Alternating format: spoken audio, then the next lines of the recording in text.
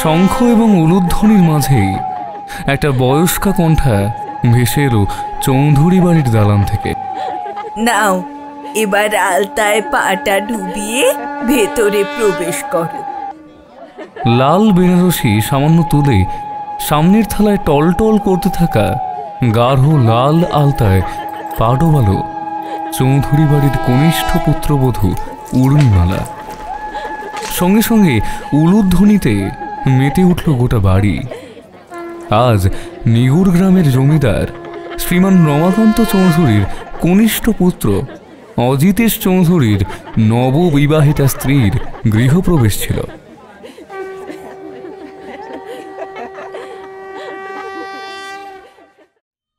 পাত্রীর নাম উর্মিমালা, বাড়ি পাশের গ্রামে। বাবা ছাড়া উর্মিমালার আর কেউ নেই বাড়িতে। খুব ছোটতেই অজানা এক মারণ রোগের কবলে পড়ে মারা যান উর্মিমালার মা। তারপর থেকেই ওর বাবাই নিজের একমাত্র মেয়েকে কোলে পিঠে করে মানুষ করেন, লেখাপড়া শেখান। অষ্টম শ্রেণী পর্যন্ত পড়েছে উর্মি এবং গাঁয়ের সবচেয়ে বেশি লেখাপড়া জানা মেয়ে উর্মি। সত্যি বলতে বাবা চাষবাস করে জীবিকা নির্বাহ করে বলে জমিদার রমাকান্তের মোটেও উর্মিমালাকে পুত্রবধূ হিসেবে পছন্দ ছিল না। এই অপছন্দের কারণেই বউ ভাতে তিনি গাঁ ভর্তি লোক নিমন্ত্রণ না করে কেবল অবস্থাপন্ন কিছু ঘরেই নিমন্ত্রণ পাঠিয়েছিলেন। যাই হোক, কি আর করণীয়, আদরের ছোট ছেলের পছন্দের কাছে অগত্যা মাথা নেওয়াতেই হয় জমিদার বাবুকে। এমনিতেই ছোট থেকেই অজিতেশ শান্তশিষ্ট প্রকৃতির এবং বাবার বাধ্যের। সাতচরেও রা কাটে না, কখনো রমাকান্তের থেকে কিছু মুখ ফুটে চায়ও নি। তিনি যা সিদ্ধান্ত নিতেন তাই মেনে নিত। ছোট থেকেই মেধাবী ও বুদ্ধিমান ছিল অজিতেশ, তাই রমাকান্তই ছেলেকে উচ্চশিক্ষার জন্য শহরে পাঠিয়েছিলেন। তিনি জানতেন অজিতেশও ওনার বড় ছেলে অমিতেশের মতো বাধ্য। বড় ছেলের যেমন উচ্চ বংশের মেয়ের সাথে বিয়ে দিয়েছেন, অজিতেশেরও তেমনই দেবেন। কিন্তু ছেলে যে গ্রামে এসে উর্মিমালার মতন একজন সাধারণ ঘরের মেয়েকে পছন্দ করে বসবে তা ভাবতে পারেননি। শুধু তাই নয়, মেয়েটাকে বিয়ে করার জন্য অজিতেশ রীতিমতো রমাকান্তের সাথে বাকবিতণ্ডাতেও জড়িয়েছিল। নিজের শান্তশিষ্ট ছেলেটাকে পাল্টে যেতে দিতে চাননি রমাকান্ত। আরেকটা ভয়ও ছিল ওনার, অজিতেশ শিক্ষিত চালাক চতুর ছেলে, সহজেই ভালো চাকরি পেয়ে যাবে। উর্মিমালাকে নিয়ে সে শহরে পালিয়ে গেলে মান সম্মান নিয়ে টানাটানির ব্যাপার হয়ে যাবে রমাকান্ত বাবুর। তাই তিনি বাধ্য হয়েই উর্মিমালার সাথে সাত তাড়াতাড়ি ছেলের বিয়ে দিয়ে দেন।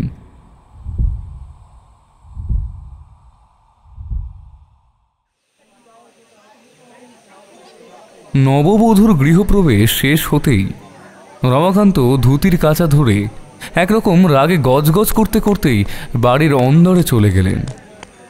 বছর 30-এর অমিতেশও বাবার সাথে ভেতরে চলে গেল। তারও ছোট ভাইয়ের কাজটা ভালো লাগেনি।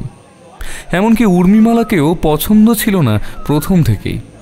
কিন্তু ভাইয়ের ইচ্ছে আর জেদের কাছে দুই বাবা ছেলেকেই হার মানতে হলো।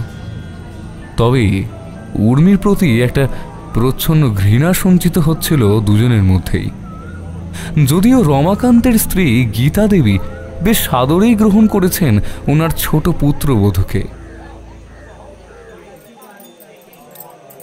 বরণ সেরে মৃদু হেসে তিনি বললেন, এসো মা, এবার রান্নাঘরে চলো। হতবিহ্বল দৃষ্টিতে উর্মিমালা তার শাশুড়ির দিকে তাকালো। ওর কাজল কালো চোখ দুটিকে বড় বড় হতে দেখে অমিতেশের স্ত্রী কমলা মুচকি হেসে বলে,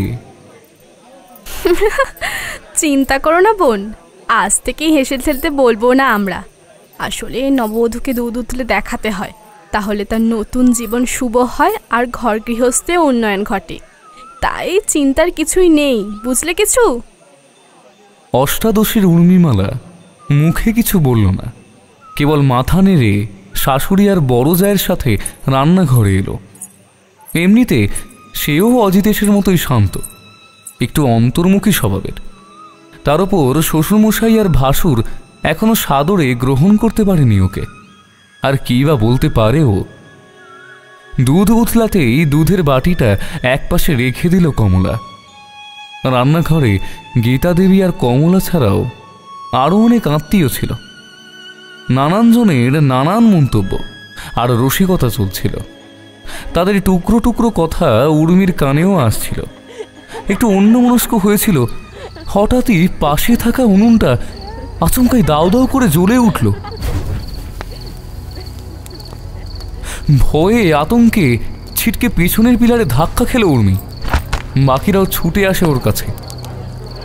কমলা এবং আরও একজন মহিলা ব্যস্ত হয়ে পড়ে আগুন নেভাতে। ততক্ষণে ছুটে আসে অজিতেশও। আরে কি ব্যাপার, এমন চেঁচামেচি কিসের?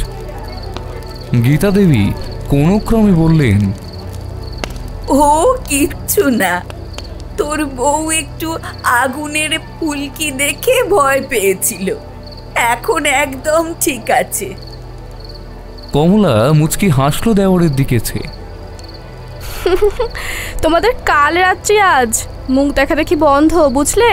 যাও অন্য ঘরে গিয়ে শোও। আরক্তি মুখে ওখান থেকে চলে গেল অজিতেশ। এরপর উর্মিকে দোতলায় তার থাকার ঘরটা দেখিয়ে দিল কমলা। শয্যার ঠিক ওপরেই অজিতেশের একটা বিরাট হাতে অঙ্কিত ছবি বিদ্যমান ছিল।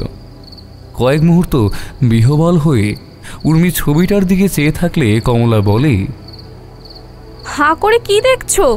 কাল ফুলসজ্জায় ভালো করে দেখো। আর শোনো, দোতলার একদম শেষ প্রান্তের ঘরটায় যাবে না, কেমন? কেন যাবে না ওই ঘরটায় তা জিজ্ঞেস করার আগেই কমলা ওখান থেকে চলে গেল। উর্মি ক্লান্ত শরীরে নিজের বিছানায় বসল। বিয়ের ধকল তো কম নয়, বহু পুরনো সেগুন কাঠের বিছানা, আসবাবপত্র দামি কাঠের, তবে বেশ পুরনো। তা হবে নাই বা কেন? বহু পুরনো এই জমিদার বাড়ি, কাজেই বাড়ির প্রতিটি বস্তু বাড়ির ঐতিহ্য তো বইবেই। রাতে পড়ার জন্য উর্মি তার বাপের বাড়ি থেকে আনা বাক্সটার ভেতর থেকে কয়েকটা শাড়ি বের করে বাছাবাছি করছিল যে কোনটা পরবে। হঠাৎই বাক্সের ডালাটা শব্দ করে আপনা আপনি বন্ধ হয়ে যায় আচম্বিতে। চমকে সামনে তাকালো উর্মি। বাক্সটাকে বন্ধ দেখে কয়েক মুহূর্ত হতচকিত হয়ে সেদিকে চেয়ে থাকলো সে। হুট করে এত ভারী ডালাটা পড়ে যাওয়া তো সম্ভব নয়, তাহলে কিভাবে হলো এমনটা? মস্তিষ্কে একটু জোর দিতেই যাচ্ছিল উর্মি, হঠাৎই দোতলার একদম শেষের ঘরটা থেকে একটা পুরুষ চিৎকার ভেসে এলো উর্মিমালার কানে। লগ্ন, তুমি যেও না লগ্ন, লগ্ন, লগ্ন শুনে যাও। উর্মিমালা দ্রুত পায়ে এগিয়ে গেল বারান্দার ঠিক শেষ প্রান্তে থাকা ঘরটার কাছে।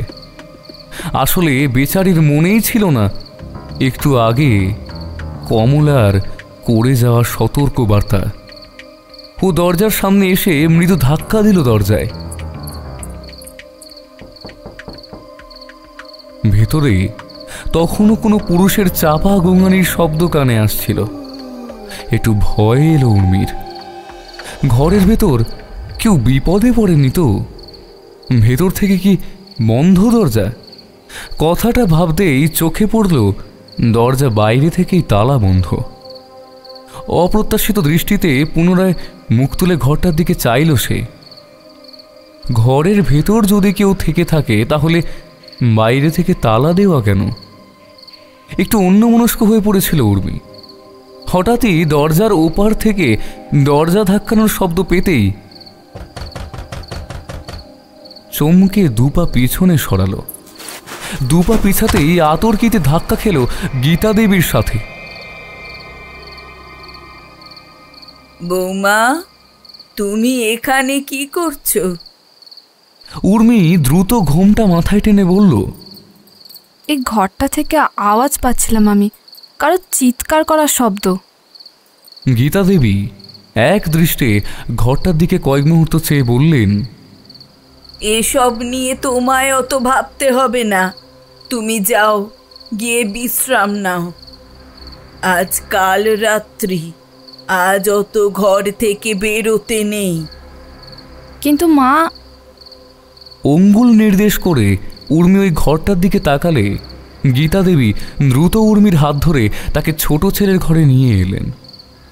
দোতলার 4টে ঘরের মধ্যে গীতা দেবীর ছোট ছেলে অজিতেশ একটা ঘরে থাকে, বাকি 3টে ঘর তালা দেওয়া থাকে। তা উর্মির যা কমলা তাকে আগেই জানিয়েছিল। বাকি সবাই অর্থাৎ রমাকান্ত ও গীতা দেবী এবং অমিতেশ ও কমলা নিচতলায় থাকে। কিন্তু উর্মির কেন জানি মনে হয় দোতলার একদম শেষের ঘরটা, যেখানে সবার যাওয়া বারণ, সেখানে একটা কেউ থাকে। বাইরে থেকে তালা দেওয়া ঠিকই, তবে ভীষণভাবে ও নিশ্চিত কোনো পুরুষ অবশ্যই থাকে ওই ঘরটায়।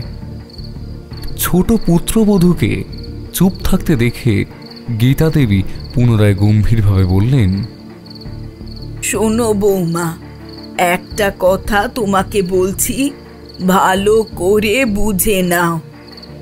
এই দোতলায় তোমার বেশিক্ষণ থাকার কোনো দরকার নেই, শুধু রাতের সময়টুকু থাকলেই চলবে।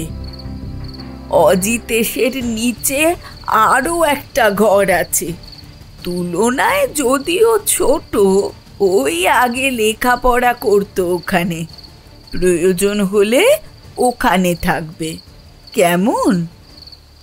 উর্মি মুখে কিছু বলে না, মাথা নিচু করে কেবল ঘাড় নাড়ায়।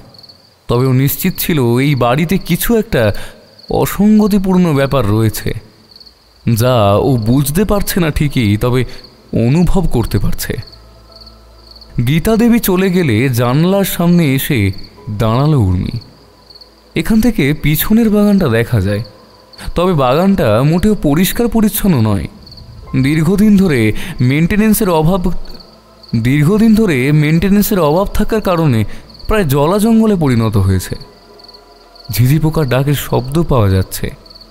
এক দৃষ্টে সেদিকে চেয়ে থেকেই বাড়িতে আসার পর থেকে যা যা ঘটনা ঘটেছিল উর্মির সাথে, সেগুলো মনে করার চেষ্টা করছিল। গৃহপ্রবেশের সময় গীতা দেবী যখন উর্মিকে বরণ করছিলেন, আকস্মাৎ বরণ থালায় থাকা প্রদীপের অগ্নিশিখা স্বাভাবিকের চেয়ে একটু বেশি দাবদাহ হয়ে জ্বলে উঠলে প্রচণ্ড ভয় পেয়ে যায় উর্মি। সত্যি বলতে আগুনে ওর বড় ভয়। এরপর রান্নাঘরেও একটা দুর্ঘটনা ঘটতে ঘটতে বাঁচল ও।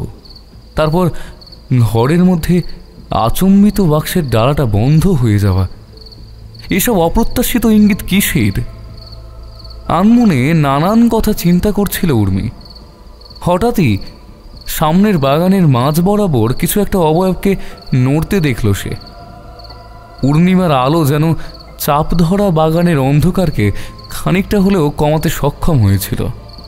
তারই আধো আলো আর আধো ছায়ার মাঝে সেই অবয়বের পিছন দিকটা দেখতে পাচ্ছিল উর্মি। পরনে সম্ভবত লাল পাড় লাল শাড়ি, কোমর ছাপানো এক ঢাল চুল, বোঝাই যাচ্ছিল কোনো নারী অবয়ব। এক দৃষ্টে চেয়েছিল বাগানের ভেতরের ঘন অন্ধকার দিকটায়। উর্মি ভালো করে দেখছিল অবয়বটাকে, মনের মধ্যে অজস্র প্রশ্ন। হঠাৎই নিজের দেহ পিছন দিকে স্থির রাখা অবস্থাতেই সেই অবয়বটি নিজের মাথাসহ সম্পূর্ণ ঘাড়টা ঘুরিয়ে সোজাসুজি তাকালো উর্মির দিকে। এমন এক অকল্পনীয় ভয়ানক দৃশ্য দেখে রক্ত জল হয়ে যায় উর্মির। দেহ স্থির রেখে কোনো সাধারণ মানুষের পক্ষে সম্পূর্ণ মাথাটা বিপরীত দিকে ঘোরানো তো অসম্ভব, কিন্তু কিভাবে? এমন সময় ঘরের দরজার কাছে একটা বেড়ালের ভারী কণ্ঠ পেয়ে চমকে পেছন ঘোরালো উর্মি। দেখল একটা কুচকুচে কালো বিড়াল ওর দরজার সামনে এসে দাঁড়িয়েছে। উর্মি একটা দীর্ঘশ্বাস ফেলে আবারও বাগানের দিকে তাকালে কোথাও কাউকে দেখতে পেল না। বিড়ালটা ইতিমধ্যেই গুটি গুটি পায়ে এগিয়ে উর্মির পায়ের সামনে এসে বসেছে। ঠোঁটে সামান্য হাসির রেখা ফুটল উর্মির। বিড়ালটাকে দুহাতে কোলে নিতেই হ্যারিকেনের আলোয় তার হলদে জলজলে চোখ দুটো দেখতে পেল সে। মৃদু কণ্ঠে বিড়ালটাকে আদর করতে করতে বলল, এই তুই এখানেই থাকিস নাকি? আমার সাথে আলাপ করতে এসেছিস বুঝি? তোর নাম কি রে? বিড়ালটা হঠাৎই দুবার ভারী স্বরে ডেকে উঠলে উর্মি বলে, তোর কথা আমি বুঝতে পারছি না, তবে আমি নিজের থেকে তোর একটা নাম দিলাম, সোহাগী। ভালো না নামটা? আর হঠাৎই উর্মির কথার মাঝেই বিড়ালটা লাফ দিয়ে জানালা টপকে পিছনের পাঁচিলে উঠল, তারপর দ্রুত মিলিয়ে গেল অন্ধকারে। ব্যাপারটা বেশ অদ্ভুত লাগে উর্মির। জানলা থেকে পাঁচিলের দূরত্ব এবং উচ্চতা অনেকটাই। এক সুযোগে এতটা দূরত্ব অতিক্রম করা, তাও সামান্য বিড়ালের পক্ষে বড়ই আশ্চর্যের। ভাবনার মাঝেই কমলার ডাক এলো। ও কি, জানলার বাইরে কি দেখছো সই? উর্মি ধীর পায়ে এগিয়ে এসে মৃদু হাসল। কিছু না, সোহাগীকে দেখছিলাম। দ্বিধান্বিতভাবে হেসে জিজ্ঞাসা করল কমলা। সোহাগী? উর্মি মাথা নেড়ে জানলার দিকে ইশারা করে বলে, হ্যাঁ গো, একটা কালো বেড়াল আমার ঘরে এসেছিল, বোধহয় আমার সাথে আলাপ করতে। শোয়াক করে আমি ওর নাম রেখেছি সোহাগী। কথাটা শুনতেই কমলার মুখে নেমে এলো এক অবর্ণনীয় কালো আতঙ্কের ছায়া। চাপার স্বরে জিজ্ঞাসা করল, কালো বিড়াল? হ্যাঁ, ওই জানলা দিয়ে টপকে বাগানের দিকে চলে গেল দেখলাম। কমলা চোরা দৃষ্টিতে আশপাশটা দেখে নিয়ে সতর্ক গলায় বলে ওঠে, শোনো সই, এমন অনেক বিষয় রয়েছে এ বাড়ির অন্দরে, যাতে আমাদের আগ্রহ না দেখানোই ভালো। সত্যি বলতে এ বাড়িতে কোনো কালো বেড়াল নেই। আর একটা কথা, দক্ষিণের ওই ঘরটা এরপর আর যাবে না তুমি। শাশুড়িমা বলছিলেন তুমি নাকি কৌতূহলবশত চলে গিয়েছিলে। উর্মির বাস্তবিক আগ্রহ আরো বৃদ্ধি পেল। কেন দিদি, কি আছে ওই ঘরে? আমার তো মনে হয় কেউ আছে ওখানে। তুমি জানো কেউ থাকে কিনা ওখানে? উর্মির হাত চেপে ধরল কমলা। বললাম না, সব ব্যাপারে বেশি কৌতূহল দেখাবে না। বাড়ির বউ হিসাবে তোমার যা কর্তব্য, যেমন সংসার সামলানো, স্বামীর খেয়াল রাখা, সেসবই করো, বুঝলে? উর্মি নীরবে মাথা নামিয়ে নিলে কমলা ওর কাঁধে হাত রাখে। আচ্ছা, এসব বাদ দে। মা পাঠালো আমাকে আজ রাতে তোর কাছে শোয়ার জন্য। কাল রাত্রিতে নববধূর একা শোয়া ঠিক নয়। আচ্ছা, শাড়িটা পাল্টে নে। আমি রঘুদাকে রাতের খাবারটা এখানেই দিয়ে যেতে বলি। তারপর রাতে শুয়ে অনেক গল্প করব দুজনে। যতই হোক, আমি যা হলেও তোর সইয়ের মতোই তো, নাকি? কমলার কথা শুনে নিচু স্বরেই উর্মি জানায়, আমার খেতে ইচ্ছা করছে না দিদি। শরীর খারাপ করছে? আচ্ছা বেশ, খেতে হবে না, একটু দুধ দি। রাতে অন্তত ওইটা খেয়ে শো।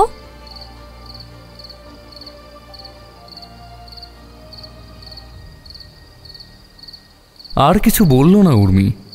সামান্য দুধ খেয়ে রাতে কমলা আর সে শুয়ে পড়ল। অনেক রাত পর্যন্ত কমলা গল্প করছিল উর্মির সাথে, যদিও উর্মি কেবল শুনছিল, কখনো কখনো জবাব দিচ্ছিল। তারপর কখন যে কথার মাঝেই ওরা ঘুমিয়ে পড়ে নিজেরাও খেয়াল করতে পারেনি। রাত কত হবে জানা নেই। হঠাৎই একটা শব্দে ঘুম ভেঙে গেল উর্মির।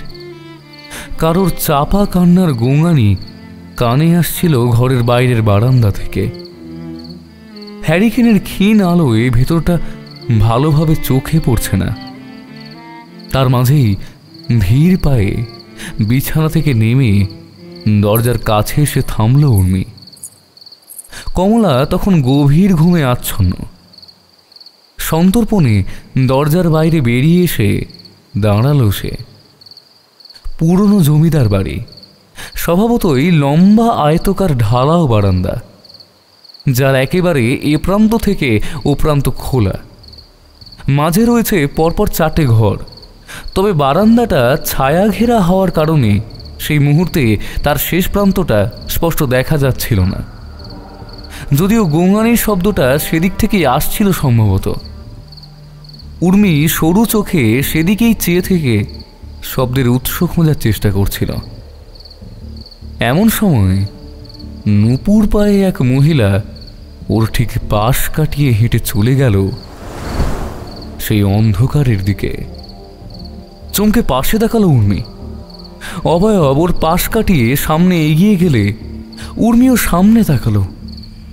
মুখটা খুব একটা স্পষ্ট দেখা না গেলেও মহিলার পরনে ছিল লাল শাড়ি এবং লম্বা খোলা চুল। বুকটা ধক করে উঠল উর্মির। এই মহিলা অবয়বটিকেই তো একটু আগে বাগানে দাঁড়িয়ে থাকতে দেখেছিল সে। মস্তিষ্কের মধ্যে সবকিছু যেন জট পাকাতে শুরু করলো উর্মির।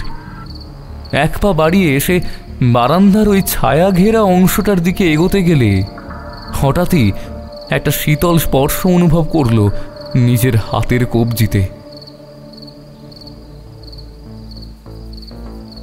কয়েক মুহূর্তের জন্য থমকে যায় উর্মি। দু চোখে অপ্রত্যাশিত এক দৃষ্টি। ধীর দৃষ্টিতে সে ঘুরে তাকালো নিজের হাতের দিকে। দেখলো কয়েকটা সরু ফ্যাকাশে লিকলিকে ঠান্ডা আঙুল চেপে বসেছে উর্মির হাতের কবজিতে।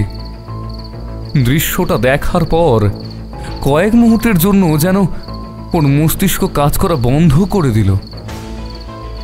ধীরে ধীরে কিংকর্তব্য বিমূঢ় দৃষ্টিতে সে চোখ তুলে তাকালো পাশে। সেদিকে দেখা মাত্রই রক্ত জল হয়ে গেল উর্মির। ওকে শক্ত হাতে চেপে ধরেছে অর্ধদগ্ধ গলিত একটা অবয়ব।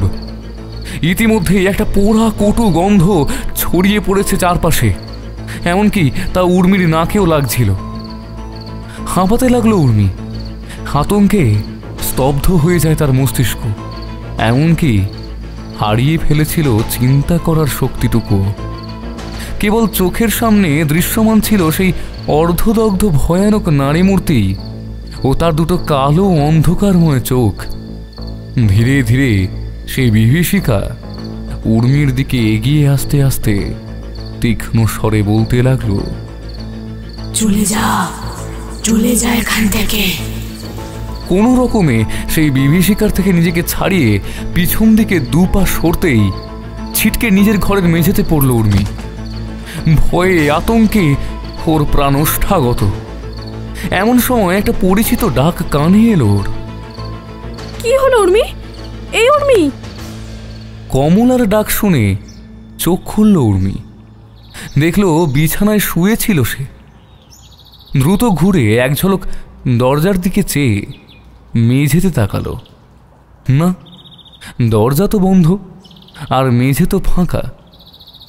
একটা দীর্ঘশ্বাস ফেলে কমলার দিকে ফিরল সে। অতি বিস্ময়ে কমলা উর্মির গালে হাত রেখে উদ্বিগ্ন কণ্ঠে জিজ্ঞেস করল, কি হয়েছে উর্মি? ঘুমের মধ্যে তো ছটফট করছিলি কেন? শরীর খারাপ করছে?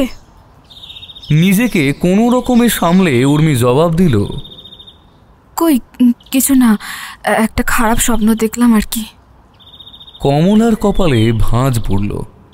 ধীর কণ্ঠে সে জিজ্ঞেস করে, খারাপ স্বপ্ন? ভোরের স্বপ্ন সত্যি হয় শুনেছি। যাই হোক, কি স্বপ্ন? চুপ করে জানলার বাইরে তাকালো উর্মি, কিন্তু কোনো কথা বলল না। আসলে এমন একটা ঘটনার কথা ও নিজেই বিশ্বাস করতে পারছে না, সুতরাং অন্য কাউকে কি বা বলবে? তবে সেই নারী অবয়ব আদৌ সত্য নাকি সবটা ওর মনের ভ্রম, সেটাই নিশ্চিত হতে পারছিল না উর্মি। নে, স্নান সেরে একটা ভালো শাড়ি পরে নিচে আয়। আজ তো ভাত কাপড়। যদিও আগে অনুষ্ঠান বেশ ধুমধাম করে হতো, তবে এখন আর তেমন হয় না, কেবল নিয়ম রক্ষা করা হয় মাত্র। যাই হোক, তাড়াতাড়ি কর কেমন? আমি নিচটা দেখি গিয়ে মা কদ্দূর কি করলো। এই বলে কমলা নিচে চলে গেল। বিছানায় বসে বসেই কিছুক্ষণ আনমনে সেই দুঃস্বপ্নের কথা ভাবছিল উর্মি। হঠাৎই হাতের কবজিতে দৃষ্টি পড়তেই চমকে উঠল সে। কবজির জায়গাটায় 5 আঙুলের দ্বারা কালশিটের দাগ পড়েছে। আচমকা একটু আগে কমলার বলা কথাটা মনে পড়ল উর্মির। ভোরের স্বপ্ন সত্যি হয়, সত্যি কি তাই? কথাটা ভাবা মাত্রই মৃদু কেঁপে উঠল উর্মি।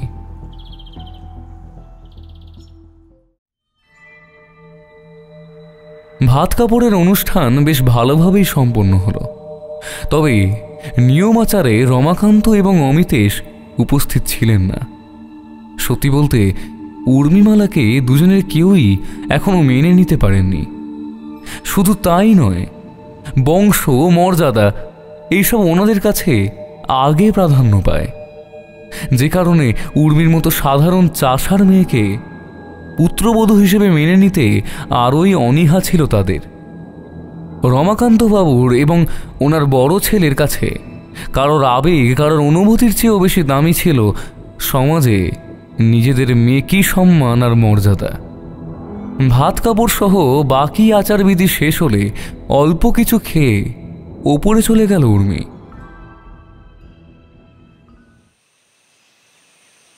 ওর যাওয়ার পরে কমলা গীতা দেবীর উদ্দেশ্যে বলল, মা, উর্মি মনে হচ্ছে কোনো কিছুতে ভয় পাচ্ছে।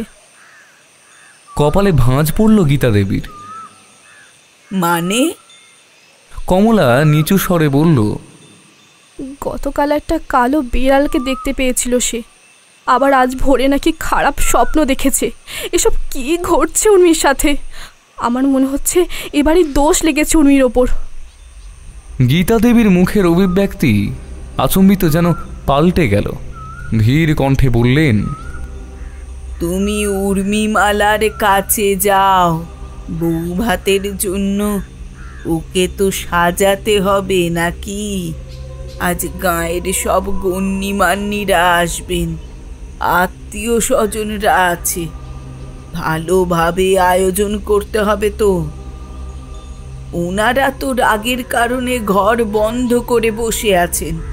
এখন যা সামলানোর আমাদেরকেই সামলাতে হবে, বুঝলে? কমলা মাথা নেড়ে চলে যায়। ওর চলে যাওয়ার পথের দিকে তাকিয়ে একটু অন্যমনস্ক হয়ে পড়লেন গীতা দেবী।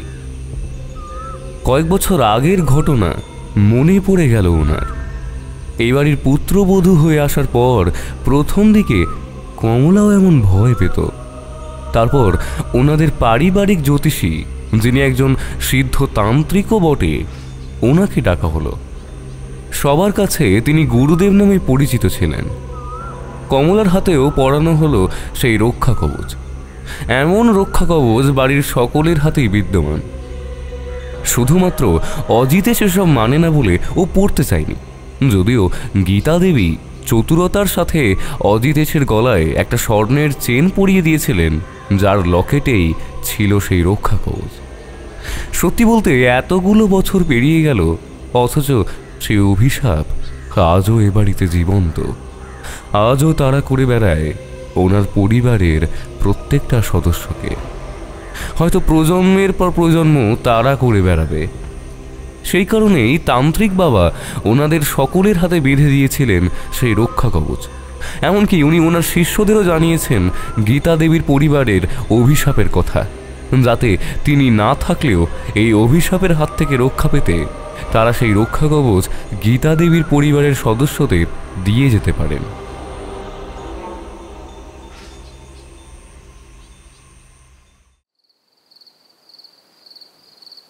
এক দৃষ্টে আয়নার সামনে চেয়েছিল উর্মিমালা। বউ ভাত বেশ ভালোভাবেই সম্পন্ন হয়েছে, তবে আজ সে বড্ড বেশি ক্লান্ত। কেবল ক্লান্তই নয়, একটা প্রশ্ন একভাবে ওর মাথায় ঘুরপাক খেয়েই চলেছে।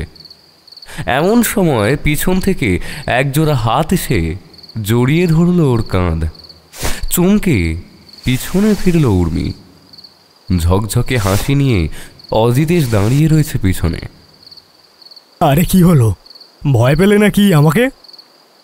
কোনো ক্রমে জবাব দিল, না না। অজিতেশ আয়নায় নিজের চুল ঠিক করতে করতে বলল, তা বেশ, আমি তো আর ভূত নই রে বাবা, তোমার স্বামী। হ্যাঁ, তবে স্বামীদেরও একটু আধটু ভয় পেতে হয় বই কি। উর্মি অবাক হয়ে তাকালো অজিতেশের দিকে। ওকে অবাক হতে দেখে অজিতেশ বলে, আরে দূর পাগল মেয়ে, আমি তো মজা করছি। কিছু একটা ভেবে উর্মি বলে, আচ্ছা, ওই দক্ষিণের ঘরটায় কে থাকে গো? আজ অনুষ্ঠান শেষ হওয়ার পর যখন ওপরে উঠছিলাম তখন রমাকান্তবাবু মানে শ্বশুর মশাইকে একটা থালা হাতে বেরোতে দেখলাম। তারপর তালা লাগিয়ে দিলেন তিনি ঘরটায়। দিদিকে জিজ্ঞেস করলে সেও কিছু বলল না, আর শ্বশুরমশাই সোজা আমার পাশ কাটিয়ে চলে গেলেন, যেন আমাকে দেখতেই পাননি।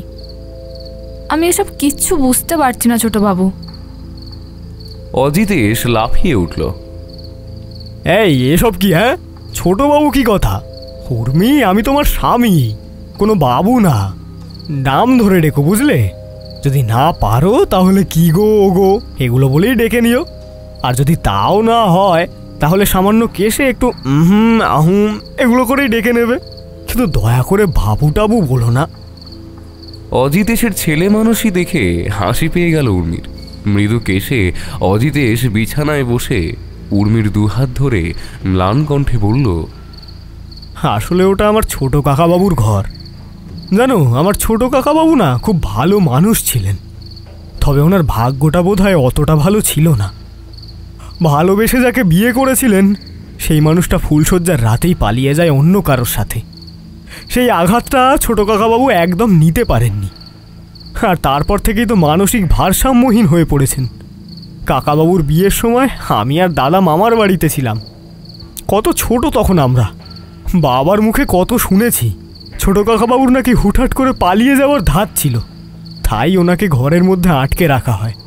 তাও তো বহু বছর হয়ে গেল। বাবা আর না হয় বাড়ির তত্ত্বাবধায়ক নিধু কাকা সেখানে গিয়ে বাবাকে খাবারটা দিয়ে আসে।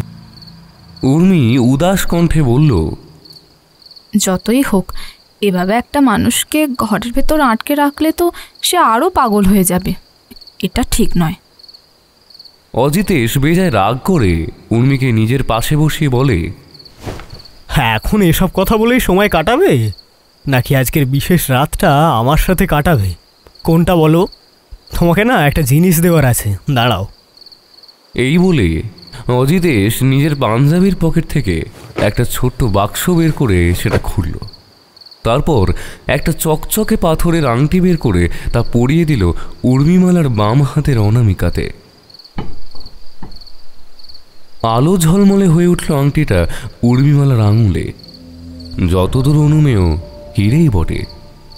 মৃদু হেসে অজিতেশ দুহাতে জড়িয়ে ধরল উর্মিকে। উর্মিও পরম তৃপ্তির সাথে স্বামীর বুকের উষ্ণতা খুঁজতে লাগলো। এমন সময় অজিতেশ বলে উঠল, দেখো কাণ্ড, আমি তো দুধ খাই না, অথচ ও এটা মনে হয় তোমার জন্য এনেছিল, নাও খেয়ে নাও। পরম আদরে অজিতেশ দুধটা উর্মির ঠোঁটে ছোঁয়াতে যাবে, আচম্বিত কোথা থেকে সেই কালো বিড়াল লাফ দিয়ে ওদের মাঝে এসে চিৎকার করে ডাকতেই দুধের গ্লাসটা মাটিতে পড়ে ভেঙে চৌচির হয়ে যায়। কিন্তু তারপর আর সেই বিড়ালটাকে আর কোথাও দেখা গেল না ঘরে বাইরে। দরজা দিয়ে অজিতেশ বলে, আরে বাইরেও তো নেই বিড়ালটা। এমন সময় দরজার কাছে অজিতেশের পেছনেই পুনরায় দেখতে পেল সেই বিভৎসরূপী নারী মূর্তিকে উর্মি। তার অন্ধকারময় কোটর যুগল এক দৃষ্টে চেয়েছিল অজিতেশের দিকেই, যার পরনাই ভয় ও আতঙ্কে উর্মি ছিটকে সরে গেল সামনের টেবিলটার কাছে। তারপর সেই নারী মূর্তির দিকে চেয়ে থেকেই কাঁপতে কাঁপতে বসে পড়ল বিছানার পায়ার কাছে। মনে হচ্ছিল হঠাৎ করেই বোধহয় আশেপাশের তাপমাত্রা কমে এসেছিল। ওর এমন অবস্থা দেখে অজিতেশও ছুটে আসে। উর্মির দুকাঁধ ঝাঁকিয়ে উদ্বিগ্ন হয়ে জিজ্ঞেস করে, উর্মি, আরে কি হলো গো উর্মি? সাড়া দিতে পারে না উর্মি, তার আগেই তলিয়ে যায় অন্ধকারের গহ্বরে। উর্মি জ্ঞান হারানোর পর অজিতেশ প্রায় ব্যতিব্যস্ত হয়ে তাকে বিছানায় শুইয়ে দেয়। ওর চিৎকারে গীতা দেবী এবং কমলাও ছুটে আসে ওপরে। অজিতেশ দ্রুত নিধু কাকাকে পাঠায় স্থানীয় ডাক্তারবাবুকে ডেকে আনার উদ্দেশ্যে। এরপর বেশ কিছুটা সময় অতিবাহিত হয় একরাশ উদ্বেগ ও উৎকণ্ঠা নিয়ে। রক্তচাপ কম থাকার কারণেই জ্ঞান হারিয়েছে, তবে চিন্তার কারণ নেই। আমি কয়েকটা ওষুধ লিখে দিচ্ছি, খাওয়াবেন, তাহলেই সেরে যাবে। ডাক্তারবাবুর কথায় গীতা দেবী উদ্বিগ্ন হয়ে জিজ্ঞেস করেন, কিন্তু ডাক্তারবাবু, বৌমারে এমন হলো কিভাবে? ভালোই তো সুস্থ ছিল। অনেক কারণই থাকতে পারে তার, যেমন ধরুন রক্ত স্বল্পতা, জল অতিরিক্ত কম খাওয়ার কারণে। এছাড়াও আরও অনেক কারণ থাকতে পারে। ডাক্তারবাবুর কথা শুনে সবাই অনুমান করে নিল জল কম খাওয়ার কারণেই এমনটা ঘটেছে। বাড়িতে অনুষ্ঠান, লোকজনের ভিড়ে উর্মির হয়তো জলটা কম খাওয়া হয়েছিল। ডাক্তারবাবু চলে গেলে যার পরনায় বিরক্ত হয়ে রমাকান্ত বললেন, আচ্ছা অলক্ষী, নিয়ে এলাম বাড়িতে। অন্যের পুত্রবধূ বাড়িতে এসে বাড়ির সদস্যদের সুস্থ করে তোলে, বাড়িকে ভরান্ত করে তোলে। আর এই মেয়ে বাড়িতে পা রাখার সাথে সাথেই একটার পর একটা ঝামেলা হচ্ছে। অজিতেশকে এই কারণেই এমন মেয়ে ঘরে তুলতে বারণ করেছিলাম। অমিতেশের মুখেও বিরক্তির ছাপ। বিছানায় উর্মির পাশে বসে চুপচাপ মাথা নিচু করে বাবার সব কথা শুনছিল অজিতেশ। ঝগড়া অশান্তি তার কোনো কালেই প্রিয় নয়। তাছাড়া বিয়ের জন্য তাকে কম বাকবিদণ্ডায় জড়াতে হয়নি বাবার সাথে। কাজে এই মুহূর্তে চুপ থাকাই শ্রেয়। আর যাই হোক, বাবা উর্মিকে পুত্রবধূ হিসেবে অস্বীকার করলেও বাড়ির কুলবধূ হিসেবে তো মেনে নিয়েছেন, এটাই বা কম কি? একদিন তিনি উর্মিকেও ঠিক মেনে নেবেন।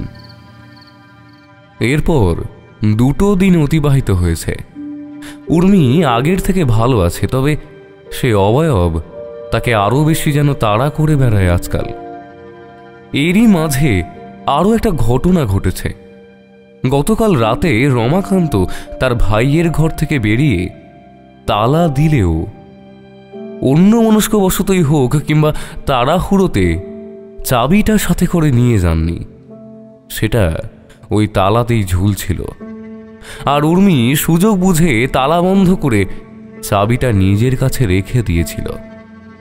যদিও সে এখনো সুযোগ করে উঠতে পারেনি চাবি দিয়ে ওই তালাটা খুলে দেখার যে আসলেই ওই ঘরটায় কে থাকে।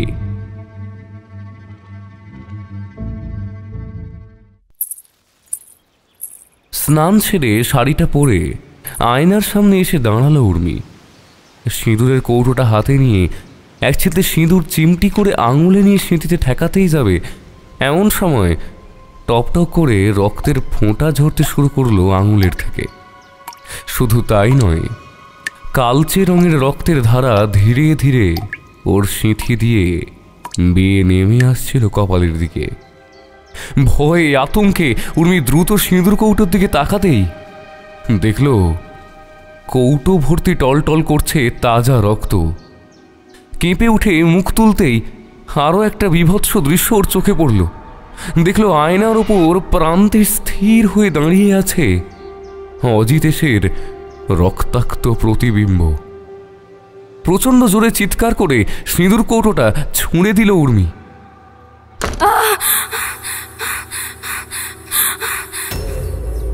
ওর চিৎকার শুনে নিচ থেকে ওপরে ছুটে এলো গীতা দেবী আর কমলা। উর্মিমালা, কি হয়েছে? গীতা দেবী স্পষ্ট কণ্ঠে জিজ্ঞেস করলেন। এমনকি কমলাও জিজ্ঞাসু দৃষ্টিতে তাকিয়ে রইল উর্মির দিকে। ভয়ে কাঁপতে কাঁপতে মাটিতে পড়ে থাকা সিঁদুরের কৌটোটার দিকে আঙুল দেখিয়ে উর্মি বলে উঠল, কি হয়েছে মানে? দেখতে পাচ্ছেন না? রক্ত, কত রক্ত! গীতা দেবী এবং কমলা দুজনেই হতবাক হয়ে একবার মাটির দিকে আরেকবার উর্মির দিকে তাকাতে লাগলেন। কমলা কিছুটা অস্থির কণ্ঠে বলে উঠল, কিন্তু এখানে তো কোনো রক্ত নেই উর্মি, সিঁদুর ছড়াছড়ি গোটা মাটিতে। এমন সময় হন্তদন্ত হয়ে অমিতেশ এলো ঘরে। কি হলো? কিছু না, উর্মির হাত থেকে সিঁদুর কৌটো পড়ে গেছে তাই। কমলার কথায় অমিতেশ বিদ্রুপ করে বলে উঠল, হ্যাঁ, জানো তো বাবা ঠিকই বলেন, কোনো গুণ নেই এই মেয়ের। সে ওখান থেকে চলে যায়। উর্মির দুই চোখ জলে ভরে উঠল। সত্যি এই বাড়িতে আসার পর থেকেই তাকে নানান সমস্যার সম্মুখীন হতে হচ্ছে। শুধু তাই নয়, বাড়ির বাকিদেরও বিরক্ত হতে হচ্ছে তারই জন্য। কমলা মৃদু পায়ে এগিয়ে এসে উর্মির কাঁধে হাত রাখল। তোর দাদার কথায় কিছু মনে করিস না, জানিসই তো ওনার মেজাজ কেমন। গীতা দেবীও পরিস্থিতি সহজ করে বললেন, হ্যাঁ মা, কোনো কথাই মনে রাখতে নেই। তুমি বরং কমলার সাথে হেঁসেল ঘরে যাও, আর এত ভাববে না তো, কিচ্ছু হবে না। কমলার সাথে রান্নাঘরে এলো উর্মি। ওদের মতো মাটির হেঁসেল নয় এটা, বেশ বড় আর পরিপাটি। কমলা সুন্দরভাবে বুঝিয়ে বলল, এদিকে নিরামিষ বাসন রয়েছে, এইদিকে আমিষ, আর ওই দিকটায় নিরামিষ উনুন। একটা কথা, আমিষ আর নিরামিষের দিনটা কিন্তু মাথায় রাখতে হবে। শ্বশুরমশাই বিশেষ খেয়াল রাখেন এই বিষয়টা। হাত নেড়ে কমলা ব্যাপারগুলো বোঝাচ্ছিল। তখনই ওর হাতে একটা ক্ষতের দাগ দেখতে পায় উর্মি। জমিদার বাড়ির বিপুল গয়নার আড়ালে কমলার শরীরের এমন অনেক দাগই আড়াল ছিল, যার ফলে সবার নজরে তা আসেনি। উর্মি যার পরনায় কৌতুক হয়ে জিজ্ঞেস করে, তুমি কি কোথাও ব্যথা পেয়েছো দিদি? এই দাগ? প্রশ্নটা উর্মি করতেই কমলা দ্রুত দাগটা আড়াল করে বলে, ও কিছু না, বাথরুমে ঠোকা খেয়ে। তবে উর্মির বিষয়টা সন্দিগ্ধ লাগে।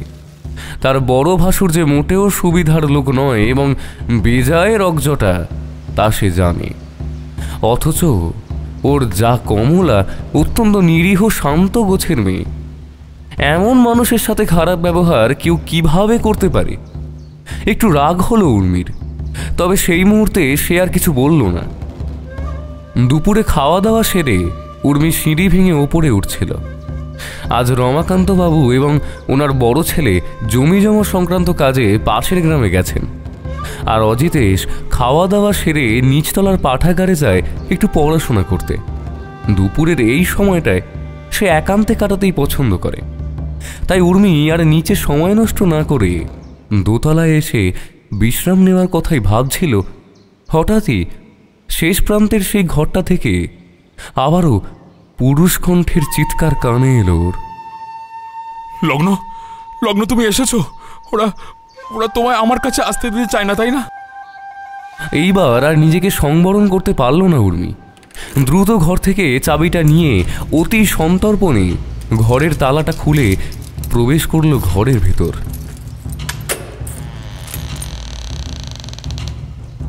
ঘরটা অপরিচ্ছন্ন, তবে মাঝে মধ্যে যে পরিষ্কার করা হয় তার ছাপ রয়েছে।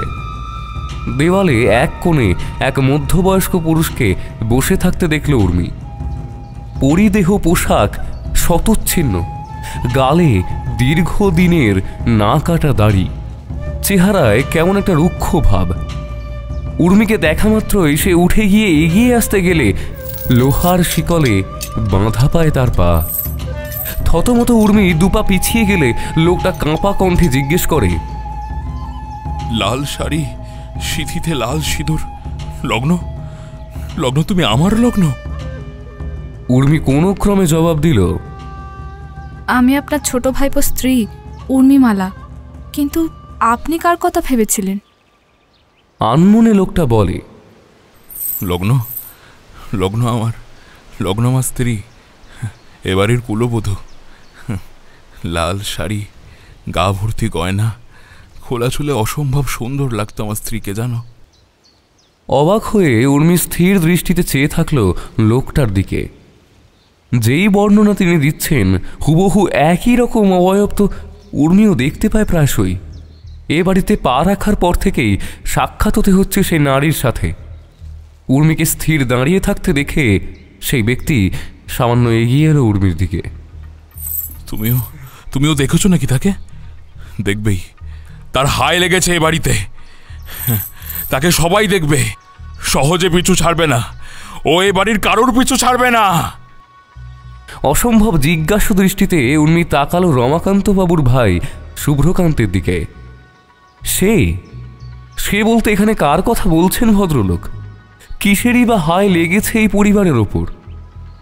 উর্মিমালা ভালোভাবে মাথার ঘোমটা টেনে নিচু স্বরে বলল, আপনার স্ত্রী তো পালিয়ে গেছিলেন, তার জন্য নিজেকে এত কষ্ট দেওয়ার তো কোনো মানে হয় না, তাই না? শুভ্রকান্ত রাগান্বিত কণ্ঠে বলে উঠল, কে বলেছে ও পালিয়েছে? এরা সকলেই মিথ্যে বলছে। আমার স্ত্রী পালায়নি। বাগানবাড়ির ওই বন্ধ মন্দিরের মাঝে গেলেই তুমি তোমার সমস্ত উত্তর পাবে। এমন সময় গীতা দেবীর ডাক কানে এলো উর্মির। দরজার একদম কাছেই দাঁড়িয়েছিলেন তিনি। শাশুড়িকে দেখে দ্রুত বেরিয়ে আসে সে।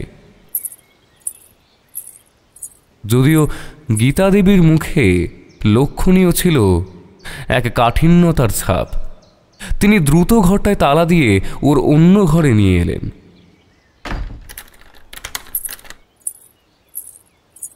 উর্মিমালা, এখানে এসব কি হচ্ছে? তোমাকে তো বলেইছিলাম যে এদিকে আসবে না, তা সত্ত্বেও। আরে তুমি চাবি পেলেই বা কোথায়? কোনো কথা বলল না উর্মি। ওর মস্তিষ্কে সবকিছু গুলিয়ে যাচ্ছিল। কাকাবাবুর স্ত্রী সে রাতে যদি না পালিয়ে থাকে, তবে কি ঘটেছিল তার সাথে? এই বাড়িতে নিশ্চিত উত্তর লুকিয়ে। বাগানের পিছনের পোড়ো মন্দির, ওখানেই লুকিয়ে কিছু। গীতা দেবী কিছুক্ষণ বকাঝকা করার পর অবশেষে চলে গেলেন ঘর থেকে। উর্মি গুঁটি গুঁটি পায়ে জানলার কাছে এসে বাগানের দিকে তাকালো। গতকাল দুপুরেই বাগানে নিছক কৌতুকবশত গিয়েছিল উর্মি। এমনিতে দুটো বাগান চৌধুরী বাড়ির, একটা ছোট ফুলের বাগান সামনে আর অপরটি পিছনে। তবে বাড়ির পিছন দিকের বাগানটা একটু আকারে বড় হলেও তেমন একটা কেউ যাতায়াত করতো না। তবে সেদিন বাগানের অনেকটা ভেতরে চলে গিয়েছিল উর্মি, আর তখনই ভালো করে নজরে পড়েছিল মন্দিরটা। কাছে যাওয়ার আগেই কমলা চলে আসে সেখানে। তখন উর্মি জিজ্ঞেস করেছিল তার যাকে, আচ্ছা দিদি, ওই মন্দিরটায় তালা দেওয়া কেন? ওখানে কি পুজো আর্চা কিছুই হয় না? কমলা সাবলীলভাবেই উর্মিকে জানিয়েছিল, এটা দেবী ভৈরবীর মন্দির। আগে পুজো হতো, তবে দীর্ঘ কয়েক বছর ধরে পুজো বন্ধ হয়ে গেছে। শোনা যায় মায়ের মন্দির অপবিত্র হয়ে গেছিল। উর্মি চমকে জিজ্ঞেস করে, কেন? একবার মন্দিরের ভেতরে একটা রক্তাক্ত মৃত কুকুর পাওয়া গেছিল। সেটা কোথা থেকে এসেছিল, কিভাবে এসেছিল জানা নেই, তবে তারপর থেকে এখানে আর পুজো হয় না। উর্মি বুঝল না মৃত কুকুরের রক্তের সাথে মায়ের পুজোতে অপবিত্রতার কি সম্পর্ক, কিংবা হয়তো কোনো সম্পর্ক থাকতে পারে যা জানা নেই উর্মির। বর্তমানে ফিরল উর্মি। হঠাৎই সেই শাড়ি পরিহিতা নারী অবয়বটিকে দেখতে পায় সে। ধীর পায়ে সেই মন্দিরটার দিকে এগিয়ে গেল। এমন সময় সেদিন ভোর রাতে উর্মির দেখা স্বপ্নটার কথাও মনে পড়ে যায়। এক বিভৎস নারী মূর্তি তাকে এখান থেকে চলে যেতে বলছিল, কিন্তু কেন? সে অবয়ব উর্মিকে কি কিছু বলতে চাইছে? বিদ্যুতের ন্যায় সচল হয়ে উঠল উর্মির মস্তিষ্ক। মনস্থির করল আজ সে উন্মোচন করবে মন্দির সহ ওই অবয়বের রহস্য।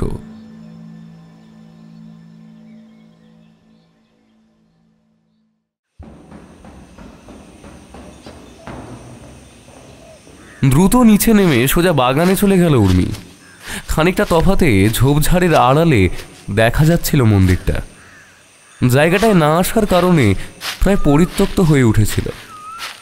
উর্মি সন্তর্পণে এগিয়ে গেল মন্দিরটার কাছে। সামনে একটা বিরাট লোহার তালা ঝুলছে, তবে তালার মধ্যে লাল হলুদ কি সব মোটা মোটা সুতো জড়ানো। আগের দিনও দেখেছিল, কিন্তু এই সুতোগুলো কিসের? সাথে ছিল লেবু আর সিঁদুরের ছাপ।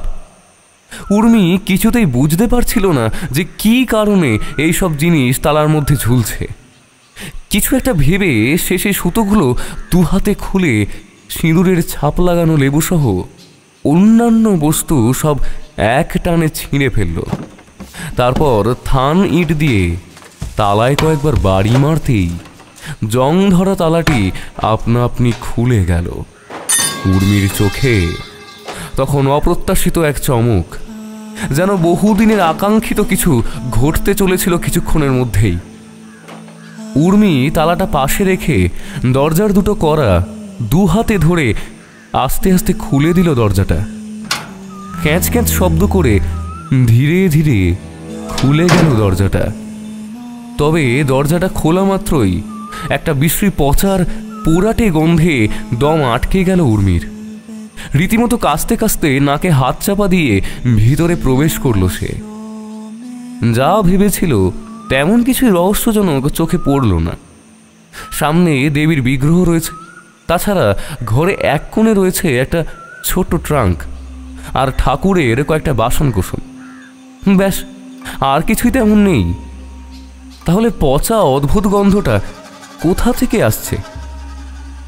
এতদিন ঘর বন্ধ থাকলে ধুলো ধোঁয়ার ভ্যাপসা গন্ধ আসার কথা, অথচ এই পচার পোড়াটে গন্ধটা আসছে কোথা থেকে? হঠাৎই অজিত এসে একটা কথা মনে পড়ে গেল উর্মির।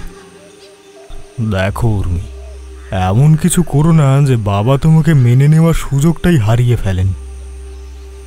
দুপা পিছিয়ে এলো উর্মি। হয়তো নিষেধাজ্ঞার সত্ত্বেও ওর এখানে চলে আসাটা ঠিক হয়নি। এমন সময় মন্দিরের ভেতরেই রোমহর্ষক নারী কণ্ঠ প্রতিধ্বনিত হতে লাগলো। তুমি একদম ঠিক করেছ। যার পরনাই চমকে চারিদিকে চাইল উর্মি। কণ্ঠস্বরটা শুনে হাড় হিম হওয়ার উপক্রম তার। হঠাৎই একটা ঠান্ডা বাতাস এসে স্পর্শ করল ওকে। বাতাসের উৎস সামনে থাকা দেবী মূর্তি ছিল, কিন্তু এতদিন ধরে পড়ে থাকা দেবী মূর্তি থেকে কিভাবে? সবিস্ময়ে উর্মি মূর্তির কাছে এগোতেই পিছনে একটা কাঠের আলমারি দেখতে পেল সে। কপালে ভাঁজ পড়ল সঙ্গে সঙ্গে। দু হাতে আলমারিটা ধরে কোনো রকম টেনে টুনে একটু সামনে আনলো সেটাকে উর্মি। এতে সামনের দুটো আঙুল সামান্য কেটে রক্ত বেরোয় সেখান থেকে।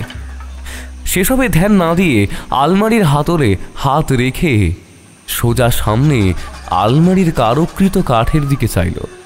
মনে মনে ভাবছিল উর্মি, কি থাকতে পারে এই আলমারিতে? হয়তো হিরে জহরত লুকানো রয়েছে এখানে। শুধুমাত্র চোখের আড়াল করার জন্য মন্দিরটা অপবিত্র ঘোষিত করে বন্ধ করে দেওয়া হয়েছে, বা হয়তো মূল্যবান অন্য কোনো বস্তু রয়েছে। ভাবা মাত্রই উর্মি এক টানে আলমারির ডালা খুলতেই একটা অকল্পনীয় ভয়াবহ আর গায়ে কাঁটা দেওয়ার মতো ঘটনা ঘটে গেল ওর সাথে। এরপর কেটে গেছে বেশ কয়েক ঘন্টা। আজ কাজের থেকে ফিরে অদ্ভুত একটা অস্বস্তি অনুভূতি হচ্ছিল রমাকান্তবাবুর। তাই তিনি একবার হ্যারিকেন হাতে বাগানের মন্দিরটা দর্শন করতে যান। তবে সন্দেহজনক কিছু চোখে পড়ল না। তালা দেওয়া, মন্ত্রপুত সুতো এবং অন্যান্য জিনিসগুলোও জড়ানো। মন্দিরের অপবিত্রতা খণ্ডাতে এইসব কিছুর ব্যবস্থা করা হয়েছিল। এমন সময় অমিতেশ ওনাকে ডাক দিল। বাবা এসো। যাই রে। এই বলে রমাকান্ত বাবু বাড়ির পেছন দিকের দরজাটা বন্ধ করে দালান পেরিয়ে আস্তে আস্তেই থমকে গেলেন। রীতিমতো হাত পা ঠান্ডা হয়ে যাওয়ার উপক্রম। একতলার লম্বা বারান্দাটার সামনে ঘটি দিয়ে জল ঢেলে দিচ্ছে বড় বৌমা, আর সেই জলে হাত মুখ ধুচ্ছে অমিতেশ। বাগানে যদি অমিতেশ থাকে তাহলে ও এত দ্রুত সদর দরজার সামনে এলো কিভাবে? গীতা দেবীকে প্রশ্ন করলেন রমাকান্তবাবু। অমিতেশ কি বাগানের দিকে গেছিল? না তো, ও তো এই মাত্র ঘরে ঢুকলো। অবাক হয়ে উত্তর দিলেন গীতা দেবী। তবে রমাকান্তের মনে তখন থেকেই শুরু হলো অদ্ভুত এক বিচলন। রাতের খাওয়া সেরে উর্মি আর অজিতেশ নিজের ঘরে চলে এলো। শাড়ি ঠিক করতে করতে উর্মি আয়নার সামনে এসে চওড়া করে সিঁদুর পড়ল সিঁথিতে, কপালে লাল বড় টিপ। ওকে এমন সাজতে দেখে অজিতেশ পিছন থেকে ওকে জড়িয়ে ধরল। আজ এমন অদ্ভুতভাবে সাজছ, এভাবে তো তুমি সাজো না কোনোদিনও। বড়ই শান্তভাবে জবাব দিল উর্মি। আমি তো এভাবেই সাজি। উর্মির কণ্ঠস্বরেও কেমন একটা অসামঞ্জস্য অনুভূত হলো অজিতেশের। ওকে ঘুরিয়ে জিজ্ঞেস করল, এই কি হয়েছে, সবকিছু ঠিক আছে তো? উর্মি এক দৃষ্টিতে চেয়ে থাকলো অজিতেশের দিকে। ওর সেই দৃষ্টি প্রথমবার যার পরনায় অস্বস্তিদায়ক ছিল। মনে হচ্ছিল সেখানে কোনো আবেগ বা অনুভূতি ছিল না, বরং তার পরিবর্তে ছিল একরাশ ক্ষোভ আর আগুন। নিজের মনকে বিচ্যুত করতে অজিতেশ বলল, বলি আজ হঠাৎ লাল শাড়ি পরলে যে? অদ্ভুত শব্দে খিলখিল করে হেসে উঠল সে। তুমি জানো না আমি লাল ভালোবাসি। হ্যারিকেনের আলো সামান্য করে অজিতেশকে বিছানায় ফেলে উর্মি নিজেও তার উপর উঠে বসল। সবকিছুতেই নতুন চমক পাচ্ছিল যেন অজিতেশ। উর্মি নিতান্তই শান্ত আর লাজুক প্রকৃতির মেয়ে, তবে আজ অন্যরকম লাগছিল ওকে। এতটা সাহসী কিভাবে হলো মেয়েটা? আগের উর্মির সাথে এখনের উর্মির যেন কোনো মিলই নেই। উর্মির প্রণয় ভরা উষ্ণ স্পর্শ অজিতেশকে যেন কোনো এক অজানা মায়াবী সমুদ্রে ভাসিয়ে নিয়ে যাচ্ছিল, যেখানে কেবল উর্মি আর সে। হঠাৎই হ্যারিকেনের আলোটা দপদপ করে উঠল। উর্মির কোমল স্পর্শের মাঝেই অজিতেশের তন্দ্রাচ্ছন্নতা গভীর থেকে গভীরতর হয়ে উঠছিল। এমন সময় গলায় অসম্ভব চাপ অনুভব করল অজিতেশ। দুটো হাতের 5 আঙুল সাঁড়াশির মতো বসে যাচ্ছিল ওর গলায়। চোখ খুলতেই একটা ভয়ানক দৃশ্য চোখে পড়ল অজিতেশের। বিস্ফারিত দৃষ্টিতে সে দেখল তার গলা টিপে ধরে আছে তারই সহধর্মিণী উর্মিমালা। নিঃশ্বাস নেওয়ার চেষ্টা করতে করতে কোনো ক্রমে অজিতেশ বলল, তুমি কি করছো? ছাড়ো, ছাড়ো বলছি। দম প্রায় আটকে যাওয়ার জোগাড় এমন সময় চোখ খুলে যায় অজিতেশের। নিজেকে আলো আঁধারির মাঝেই বিছানায় শায়িত অবস্থায় পায়। তাহলে ওটা স্বপ্ন ছিল? ধীর গতিতে পাশে তাকালে বিছানা খালি দেখে অজিতেশ। বুকের ভেতরটা ধক করে উঠল। উর্মি কোথায় গেল? আর এমন একটা স্বপ্ন দেখারই বা মানেটা কি? এইসব মনে মনে ভাবে অজিতেশ। অতঃপর বিন্দুমাত্র সময় নষ্ট না করে বিছানা থেকে নেমে দরজা খুলে বারান্দায় আসে। আচম্বিত একটা দৃশ্য দেখে কপালে ভাঁজ পড়ল অজিতেশের। কাকাবাবুর ঘরের থেকে আলো বেরিয়ে সামনের বারান্দায় পড়েছে। তা কি করে সম্ভব? দরজাটা তো সবসময় বন্ধই থাকে। ধীর পায়ে অজিতেশ সেদিকে এগোতে লাগলে হঠাৎই কাঁধে হাতের স্পর্শ পেয়ে থমকে যায়। তারপর পেছন ঘুরতেই শান্ত দৃষ্টি নিয়ে উর্মিকে দাঁড়িয়ে থাকতে দেখল। বাঁকা হাসি ঠোঁটে টেনে উর্মি বলে, ওদিকে কোথায় যাচ্ছ? শোবে না? অজিতেশ আরও একবার তার কাকাবাবুর ঘরের দিকে তাকায়। তবে এইবার আর কিচ্ছুটি চোখে পড়ল না তার। অন্ধকারময় সামনেটা, দরজাও বন্ধ। উর্মির হাত ধরে সে ঘরে এলো। তারপর কিভাবে যে রাতটা কাটে অজিতেশের নিজেও তার মনে থাকল না। পরের দিন সকাল থেকেই অজিতেশের ধুম জ্বর। সকলেই ব্যস্ত হয়ে এদিক ওদিক করছে। কেউ ডাক্তার ডাকছে তো কেউ জলপুট্টি দিচ্ছে। অথচ উর্মি ভাবলেশীন মুখে ঘরের একপাশে দাঁড়িয়ে সবকিছু দেখছিল। সবাই ভাবল নতুন বউ কি আর করবে। রমাকান্ত আর অমিতে সেভাবে গুরুত্বও দিল না ওকে। তবে বিষয়টা কমলার একটু সন্দেহজনক লাগলো।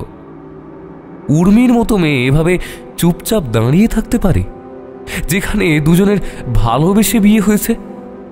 তবে সবকিছু এত দ্রুত ঘটছিল যে কমলা উর্মির প্রতি বিশেষ নজর দিতে পারল না। সেদিন রাতে একটা অদ্ভুত ঘটনা ঘটতে দেখল কমলা। প্রথমে উর্মির আচরণ সন্দেহজনক লাগলেও এই দৃশ্যটা দেখার পর সন্দেহ যেন কৌতূহল আর প্রশ্নে পরিণত হলো তার। সেদিন রাতে রমাকান্তবাবুর শরীরটাও কেমন জানি ম্যাচ ম্যাচ করতে আরম্ভ করলো। কাজেই গীতা দেবী সহ অমিতেশ ব্যস্ত হয়ে পড়ে বাবা আর ভাইয়ের যত্নার্থীতে। কমলা হেসেল সামলাতে ব্যস্ত ছিল। এমন সময় একটা অদ্ভুত ব্যাপার দেখল সে।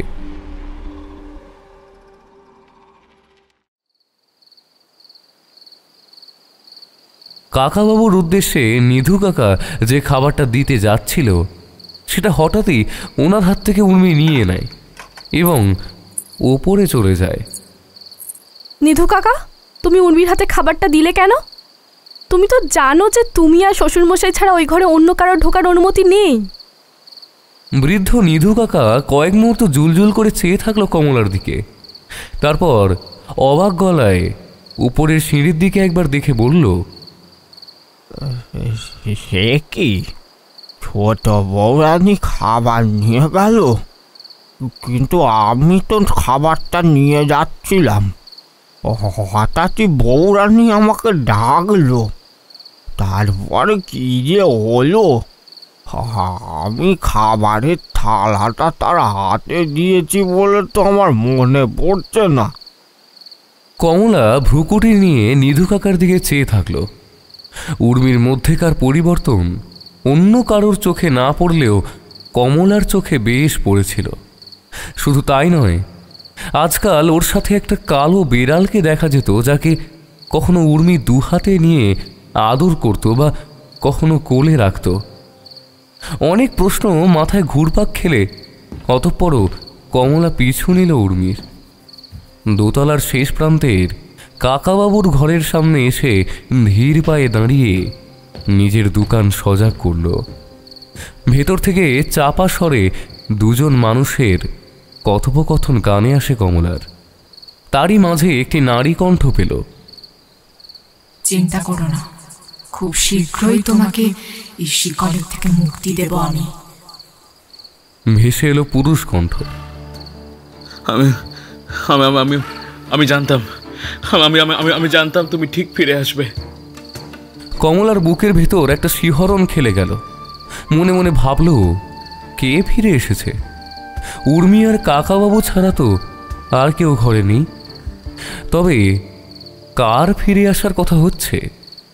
কাকাবাবুর সাথে উর্মির কি তবে কোনো অবৈধ সম্পর্ক? না না, এসব কি ভাবছে কমলা? তাহলে এরা দুজন কিসের কথা বলছে? সেই নারীর চাপা স্বর পুনরায় ভেসে এলো, শুধু ফিরে আসেনি, যেভাবে কষ্ট আর যন্ত্রণা ভোগ করতে হয়েছে আমাকে, তার শাস্তি এরা পাবে, অবশ্যই পাবে। ভেতর থেকে পায়ের শব্দ পেল কমলা। দরজার দিকেই তা আসছিল। সে আর দাঁড়ালো না, দ্রুত নিচে নেমে এসে শাশুড়িকে সবটা জানালো। নিজের সন্দেহের কথা প্রকাশ করে জানালো, মা, কাকাবাবুর সাথে উর্মির কিছু আমি ভাবতে পারছি না, আর এমনটা হতে পারে বলে আমার ধারণাও। কমলার কথার মাঝেই গীতা দেবী তাকে থামিয়ে হেঁসেল পরিষ্কার করার আদেশ দিলেন। আসলে ওনার মনে অন্য সন্দেহ চলছিল এবং তারই মাঝে নিজের বাবার কয়েকটা কথা মনে পড়ে গেল হঠাৎই। গীতা দেবীর বাবা মা কালীর অনেক বড় পূজারী ছিলেন। কেবল তাই নয়, একজন ভালো বৈদ্যও ছিলেন তিনি। সেই সাথে নানান বিষয়ের ওপর ভালো জ্ঞানও ছিল ওনার। তিনি একবার বলেছিলেন, জানিস মা, মানুষের জীবনটা নাগরদোলার মতো। অতীতে করা সব কিছু ফিরে ফিরে আসে ইতিহাসের মতো, আর সেই কর্মফলও ভোগ করতে হয় মানুষকে। জন্মের পর তুমি তোমার ইচ্ছে মতো যা খুশি করো না কেন, মৃত্যুর আগে সব কিছুর হিসেব এখানে চুকিয়ে তবেই পৃথিবী ছাড়তে পারবে। কথাটা মাথায় আসতেই অস্ফুটে গীতা দেবী বললেন, ওনাকে ডাকার সময় এসে গেছে। এ বাড়িতে বড় কোনো দুর্ঘটনা ঘটার আগে ওনার পদার্পণ আবশ্যক।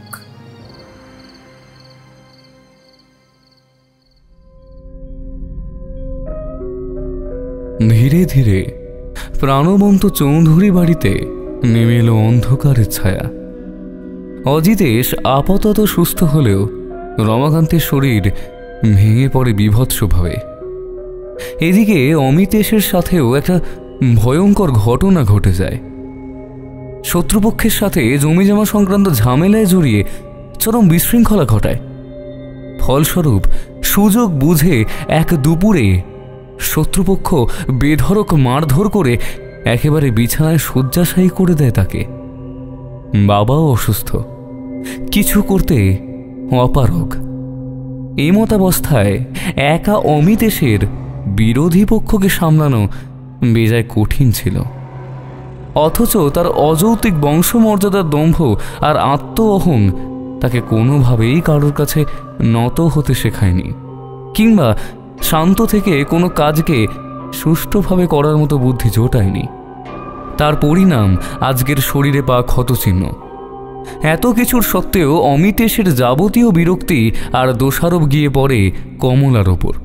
কমলা নাকি তার জীবনের অভিশাপ। ওর পরিবর্তে অন্য কেউ আসলে হয়তো অমিতেশের জীবন সমৃদ্ধিময় হতো। কমলা আর সহ্য করতে পারছিল না। এক সন্ধ্যায় চোখের জল ফেলে মনের সব অভিমান উর্মির কাছে জানিয়েই ফেলল কমলা।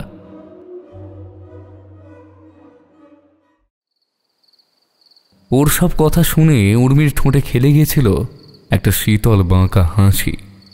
বলেছিল, এই তবে চৌধুরী বাড়ির উচ্চ বংশমর্যাদার নমুনা। কথায় কথায় নারীকে আঘাত করা, কৃতদাস ভাবা আর নিজেদের মিথ্যে অহংকার। চিন্তা করো না, অহংকার করার মতো আর একটি ব্যক্তিও বেঁচে থাকবে না এ বাড়িতে।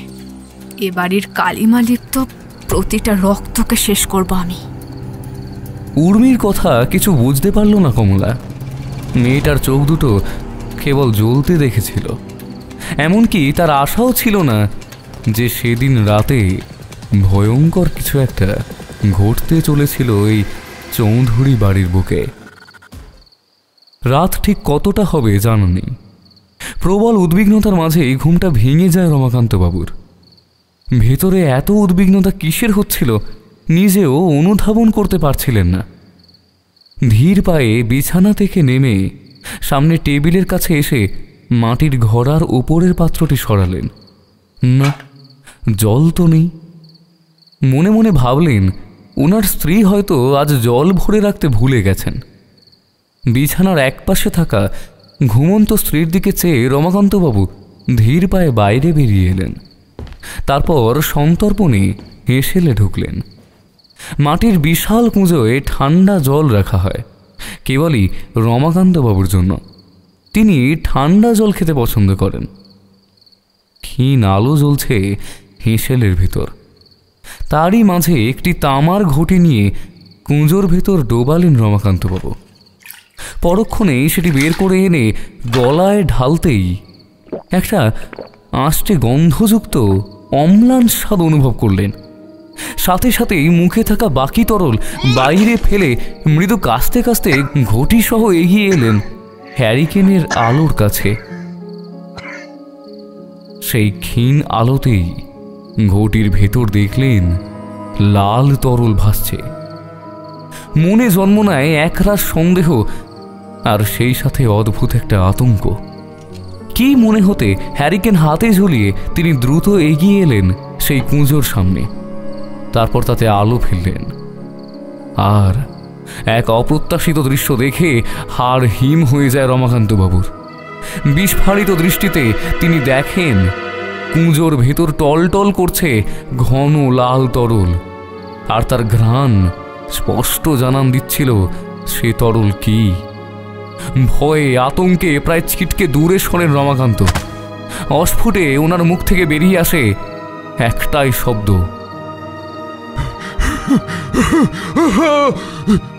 রক্ত। রক্ত দেখতেই গা গুলিয়ে উঠল রমাকান্তের। হঠাৎই পিছনে বাসন কোষণের শব্দে চমকে পিছন ফিরলেন তিনি। হ্যারিকেন হাতে নিয়ে কয়েক পা এগোতেই নিরামিষ বাসনে দলা দলা কিছু কাঁচা মাংস দেখতে পান। আমিষ নিরামিষের ব্যাপারে অত্যন্ত কড়া রমাকান্ত।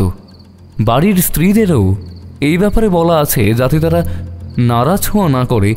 তার সত্ত্বেও হঠাৎই একটা অতি পরিচিত নারী কণ্ঠ ওনার কানের কাছে ফিস ফিস করে উঠল।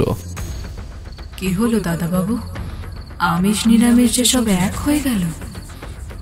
এই কণ্ঠ বহুদিন পর শুনল রমাকান্ত, যা শোনার আর কোনোদিনই সম্ভাবনা ছিল না। হাত পা ঠান্ডা হয়ে এলো ওনার, কিন্তু চিৎকার করে কাউকে ডাকতে পারলেন না তিনি। কেবল বুকের মাঝে অসম্ভব টান অনুভব করলেন। কপালে জমতে শুরু করলো শ্বেত বিন্দু। হেঁসেল থেকে বেরিয়ে দ্রুত পায়ে নিজের ঘরে যাওয়ার মুহূর্তে আকস্মাৎ বৈঠকখানায় একটা অবয়বকে হাঁটু ভেঙে উবু হয়ে বসে থাকতে দেখলেন তিনি। হালকা আলো আঁধারিতে অনুমেয় ছিল যে সে একজন নারী মূর্তি। পরনে শাড়ি, লাল শাড়ি, কপালে মৃদু ভাঁজ নিয়ে, যার পরনাই কৌতুক। রমাকান্ত সামান্য এগিয়ে এলেন সেই নারী মূর্তির দিকে। অদূরের বারান্দা থেকে আগত মৃদু বাতাসে হালকা উড়ছে সেই নারীর কেশ রাশি, তবে মুখটা স্পষ্ট দৃশ্যমান হচ্ছিল না। রমাকান্তবাবু দৃঢ় গলায় বললেন, কোনো সাড়া নেই। আর এক পায়ে এগিয়ে এলেন তিনি। সে অবয়ব তখনও অদ্ভুত রকমভাবে উবু হয়ে বসে এক দৃষ্টে চেয়ে রয়েছে রমাকান্তর দিকে। শাড়ির আঁচল উঠছে মৃদু গতিতে। রমাকান্তবাবু ভালোভাবে সেই নারী মূর্তির অবয়ব লক্ষ্য করার চেষ্টা করে। এমন সময় থমকে যান তিনি। মনে হলো ওনার পেছনেও কেউ রয়েছে বা কিছু একটা আছে। ক্ষণিকের অন্যমনস্কতা, সেই অবয়বকে আর সামনে দেখতে পেলেন না তিনি, বরং লক্ষ্য করলেন একজোড়া পচিত গলিত বিভৎস হাত ওনার দুপাশ দিয়ে বেরিয়ে অনেক লম্বা হয়ে পুনরায় ঘুরে আসছে ওনারই গলার দিকে।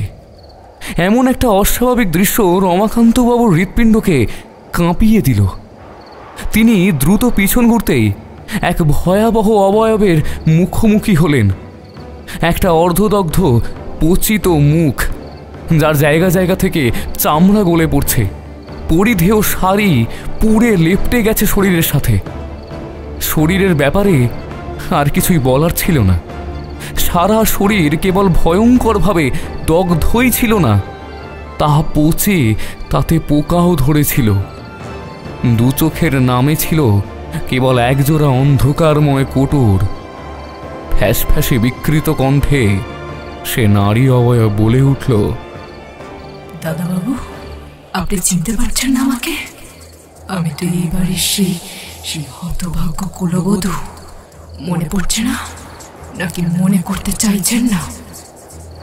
ভয়ে আতঙ্কে চিৎকার করে উঠল রমাকান্ত। তুমি? বিভৎস কণ্ঠে কথাটা বলে সেই বিভৎস দু হাত দিয়েই রমাকান্তের গলা চেপে ধরল সেই নারী মূর্তি। বৈঠকখানায় যেন ঝড় উঠল। প্রবল আক্রোশে চিৎকার করতে লাগলো সেই বিভীষিকা।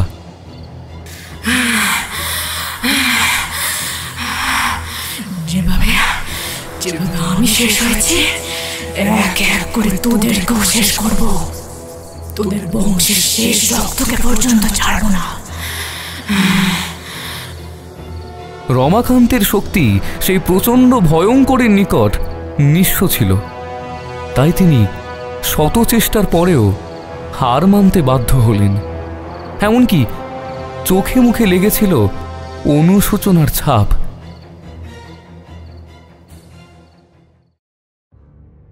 ভোরের দিকে গীতা দেবীর ঘুম ভাঙলে স্বামীকে কোথাও দেখতে পান না তিনি। দ্রুত বৈঠকখানায় বেরিয়ে আসতেই দেখলেন মাটিতে নিথর হয়ে পড়ে আছেন রমাকান্তবাবু। চিৎকার করে উঠলেন গীতা দেবী। ওনার চিৎকারে অজিতেশ আর কমলা ছুটে এলো। অমিতেশও মায়ের চিৎকার শুনতে পায়, তবে ব্যথায় জর্জরিত শরীর নিয়ে তার পক্ষে বিছানা থেকে নামা সহজ ছিল না।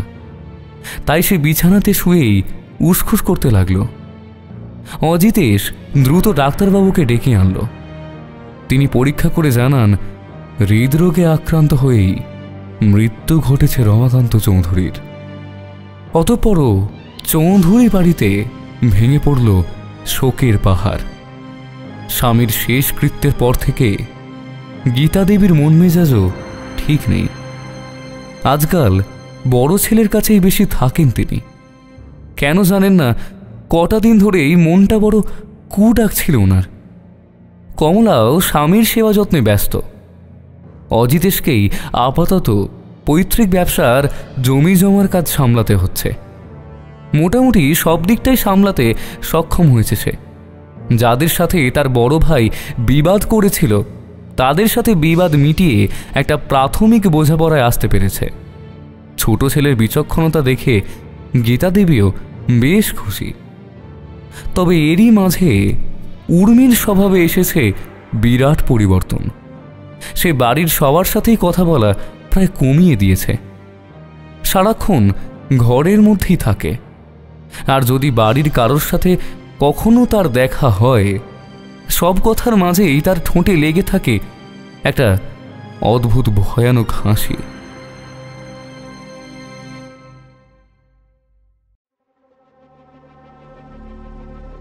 এই হাসি রমাকান্তের মৃত্যুর সময় কমলাও লক্ষ্য করেছিল। শুধু তাই নয়, দুপুরের দিকে উর্মির গন্তব্যস্থল হয় শুভ্রকান্তের ঘর। আর রাতেও উর্মি শুভ্রকান্তের কাছেই যায়, তার সাথে গল্প করে, তার সেবা যত্ন করে। এতদিন ধরে রমাকান্তের দেওয়া শারীরিক অত্যাচারের ক্ষতস্থানগুলোতে প্রলেপ লাগিয়ে দেয় উর্মি। এসব ব্যাপারে অজিতেশ জানে না যদিও। দুপুরে কাজে ব্যস্ত থাকে সে, আর রাতের বেলা অদ্ভুতভাবে এতটাই ক্লান্ত হয়ে পড়ে যে গভীর ঘুমে আচ্ছন্ন হয়ে পড়ে। এর থেকে বড় সুযোগ উর্মির কাছে আর কি বা হতে পারে? কিন্তু উর্মি এমনটা কেন করছিল? আদৌ উর্মি ছিল কি সে, নাকি উর্মির মধ্যে ছিল অন্য কেউ? আজকাল চৌধুরী পরিবারের নিস্তব্ধতা আর অস্বাভাবিক লাগে না। আগের মতো উচ্ছ্বাস আর নেই। সবকিছুই যেন নির্জীব। সবকিছুর মাঝেই লক্ষণীয় একটা অস্বাভাবিক ভাব। একদিন গীতা দেবী পুজোর কাজ সেরে সবে ঠাকুর ঘর থেকে বেরিয়েছেন, হঠাৎই সিঁড়ি ভেঙে এক পুরুষকে নামতে দেখলেন।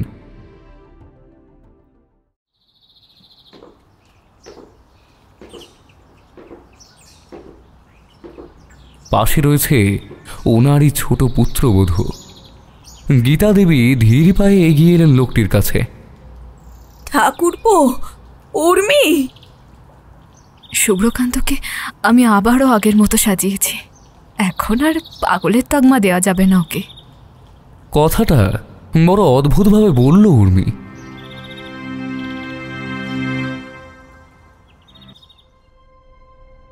তারপর শুভ্রকান্তকে নিয়ে বাড়ির সামনের ফুলের বাগানের দিকে এগোলো সে। উর্মির আচরণ আর কথায় কমলাও হতবাক। অবাক হয়ে সে ভাবছিল কাকাবাবুকে উর্মি নাম ধরে কেন ডাকছে। ছোট বউয়ের কথাটা গীতা দেবীরও কানে লাগলো। যদিও তিনি দেখলেন শুভ্রকান্তের আগের মতো বড় বড় চুল দাড়ি আর নেই, কাজেই বেশ পরিচ্ছন্ন নিপাট লাগছে মানুষটাকে। সাদা ধুতি পাঞ্জাবিতে বছর 25-এর সে শুভ্রকান্ত যেন ফিরে এসেছিল গীতা দেবীর সাথে। রমাকান্ত মারা যাওয়ার পর থেকে উর্মি যে শুভ্রকান্তের দেখাশোনা করতে শুরু করেছিল তাতে গীতা দেবী বিশেষ আপত্তি করেনি। তাছাড়া উর্মির স্বভাবও আজকাল কেমন জানি পরিবর্তিত লাগতো গীতা দেবীর। তাই খুব একটা কথা বলতেন না তিনি মেয়েটার সাথে। আশ্চর্য বিষয়ে তাতে উর্মিরও বিশেষ কোনো গুরুত্ব ছিল না। সে সর্বদাই শুভ্রকান্তের সাথে থাকতে পছন্দ করত। সত্যি বলতে ও সাথে থাকতো বলে গীতা দেবীর সমস্যা ছিল না কোনো। চিন্তা হতো উর্মির শুভ্রকান্তের প্রতি অদ্ভুত আচরণে। যেভাবে একজন অসুস্থ স্বামীর সেবা যত্ন করে একজন স্ত্রী, ঠিক সেভাবেই সেবা করত উর্মি শুভ্রকান্তের। একদিন বিষয়টা নিয়ে সরাসরি প্রশ্ন করলে উর্মির চোখে অদ্ভুত এক হিংস্রতা দেখেছিলেন গীতা দেবী। দাঁতে দাঁত চেপে সে বলেছিল, নিজের স্বামীকে হারিয়েছে বলে কি আমার উপর হিংসা করছো দিদি? বুকের ভেতরটা ধক করে উঠেছিল গীতা দেবীর। এই পরিচিত কথা বলার ধরন শোনা মাত্রই অতীত চোখের সামনে ভেসে ওঠে গীতা দেবীর। না, সে ওনার পরিবারকে শান্তিতে থাকতে দেবে না, কোনোভাবেই না। অজিতেশকে বললে হেসে কথা উড়িয়ে দেয়, বলে বাড়ির বউ শ্বশুরের সেবা যত্ন করে, এ তো ভালো ব্যাপার। অথচ নিজে কিছুতেই বুঝতে পারে না যে উর্মি কি করতে চলেছে। একবার সন্তানাদির কথাও গীতা দেবী পেরেছিল অজিতেশের কাছে। অদ্ভুত ব্যাপার, সেও হুবহু উর্মির মতোই কথা বলে, যেন মুখস্থ বলছিল। বাবা নেই, দাদা তার উপরে অসুস্থ। আমি সারাদিন কাজকর্মের শেষে এতটাই ক্লান্ত থাকি যে রাতে ঘুমটা গভীর না হলে ঠিক চলে না। আর উর্মি সেটা জানে, ও আমাকে বোঝে। মা, আশ্চর্য এটাতে লাগছে যে তুমি আমাকে বোঝো না। সেদিন উর্মির ঠোঁটে একটা বিকৃত হাসি দেখতে পেয়েছিলেন গীতা দেবী। মনে হচ্ছিল যেন অদ্ভুত মন্ত্র বলে অজিতেশকে চালনা করছিল উর্মি, যেন ওর মধ্যে ও নয় অন্য কেউ ছিল। সব কিছু চিন্তাভাবনা করে এক প্রকার বাধ্য হয়ে গীতা দেবী মনস্থির করলেন গুরুদেবকে পুনরায় এই বাড়িতে ডাকার। কমলার ডাকে হুঁশ ফিরল গীতা দেবীর। শুভ্রকান্তের জন্য একদিকে যেমন আনন্দ হচ্ছিল, অন্যদিকে উর্মির জন্য দুশ্চিন্তা। রমাকান্ত অত্যন্ত স্বার্থপর মানুষ ছিলেন একজন। শুধুমাত্র নিজের স্বার্থসিদ্ধির জন্য সুযোগ বুঝে নিজের ভাইকে পাগল সাব্যস্ত করে ওই ঘরে বন্দি করেছিল। সেই যে বন্দি করলো আজ এতগুলো বছর পর প্রথমবার শুভ্রকান্তকে এই চৌধুরী বাড়িতে হাঁটাচলা করতে দেখলেন গীতা দেবী। মা, উর্মি কি অদ্ভুতভাবে বদলে যাচ্ছে, তাই না? দুপাশে মৃদু মাথা নাড়লেন গীতা দেবী। আর ঠেকিয়ে রাখা যাবে না বড় বৌমা, তার হায় লাগবেই, আর এটাই অনিবার্য।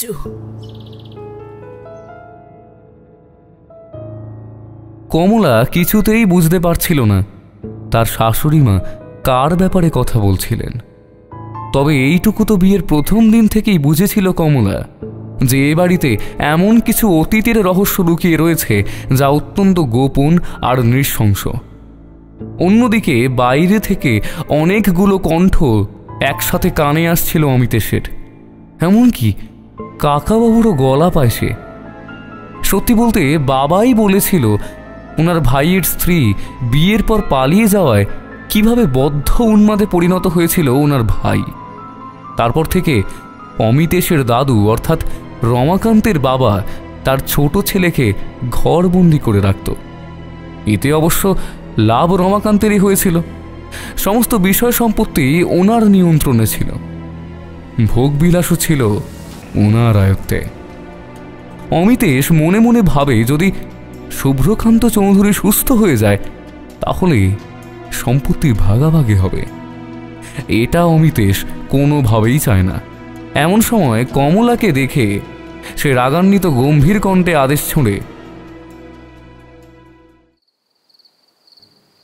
এই নিদু কাকাকে বলো লেটেল দিয়ে ওই পাগলটাকে আবার ঘরে ঢোকাতে। আমি চাই না আর কোনো ঝামেলা হোক। কমলা আর কিছু বলল না, ধীর পায়ে অমিতেশের দিকে এগিয়ে গেল। বলল, বাবা আর তুমি মিলে ছোট বৌমাকে মারার পরিকল্পনা করেছিলে, তাই না? অজিতেশের জেদের কাছে ক্ষণিকের জন্য ওর কথা মানতে রাজি হলেও মনে মনে অন্য ফোন দিচ্ছিল, তাই তো? তাই আসার পর থেকে উর্মিকে মারার লক্ষ্য স্থির করলে। প্রথমে হেসেল ঘরে আগুনের ঘটনা, তারপর দুধের গ্লাস। ওই দুধে বিষ ছিল, তাই না? ভাগ্যিস পড়ে যায়। কোনো কিছুই যখন ধোপে টিকলো না তখন ওকে জ্যান্ত পুড়িয়ে মারার ছক কষেছিলে, তাই না? ফুঁসে উঠল অমিতেশ। খুব কথা হয়েছে না তোর? হ্যাঁ, মারতে চেয়েছিলাম। ওই মেয়ে মানুষের জন্য আমার বাবার সম্মান নষ্ট হয়েছে। একটা চাষা বাড়ির মেয়েকে আমাকে কুলবুজু করতে হয়েছে। আমাদের বংশমর্যাদায় আঘাত এসেছে, তাই ওর মৃত্যু অবধারিত ছিল। শুধু একবার বিছানা থেকে উঠিয়ে আমি বাড়ির কুলবধূকে শেষ করার ঘটনা তো আজকে নতুন নয়, আগেও হয়েছে। তার রক্তাক্ত চিৎকার আজও সারা বাড়ি গর্জে বেড়ায়, তা জানো? আচ্ছা, তোমরা কি মানুষ? মান সম্মান, বংশমর্যাদা কোনো মানুষের প্রাণের চেয়েও দামি হতে পারে কখনো? বিস্ফারিত চোখে শাঁসানি দিল অমিতেশ। আমার কাছে দামি? একবার আমি সুস্থ হই, তারপর তোকে শেষ করবো সবার আগে। কমলা বিদ্রুপ করে হেসে অমিতেশের চোখে চোখ রাখল। ধীরে ধীরে সম্পূর্ণ সাদা হয়ে এলো তার দু চোখ। একই সাথে অমিতেশের চোখ দুটিও সাদা হয়ে এলো।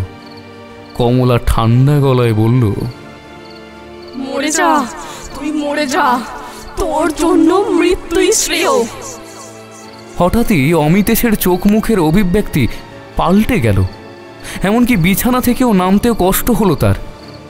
ধীর পায়ে বাড়ির ছাদের দিকে পা বাড়ালো অমিতেশ। পিছনে দাঁড়িয়ে কমলা তখনও হাসতে লাগলো এবং মুহূর্তেই রূপান্তরিত হলো সেই বিভৎস ভয়ানক নারী অবয়বে। তারপর হঠাৎ করেই মিলিয়ে গেল। কিছু সময় পরে কমলা ঘরে ঢুকে দেখল ঘর ফাঁকা। এদিক ওদিক খুঁজেও স্বামীকে কোথাও পেল না।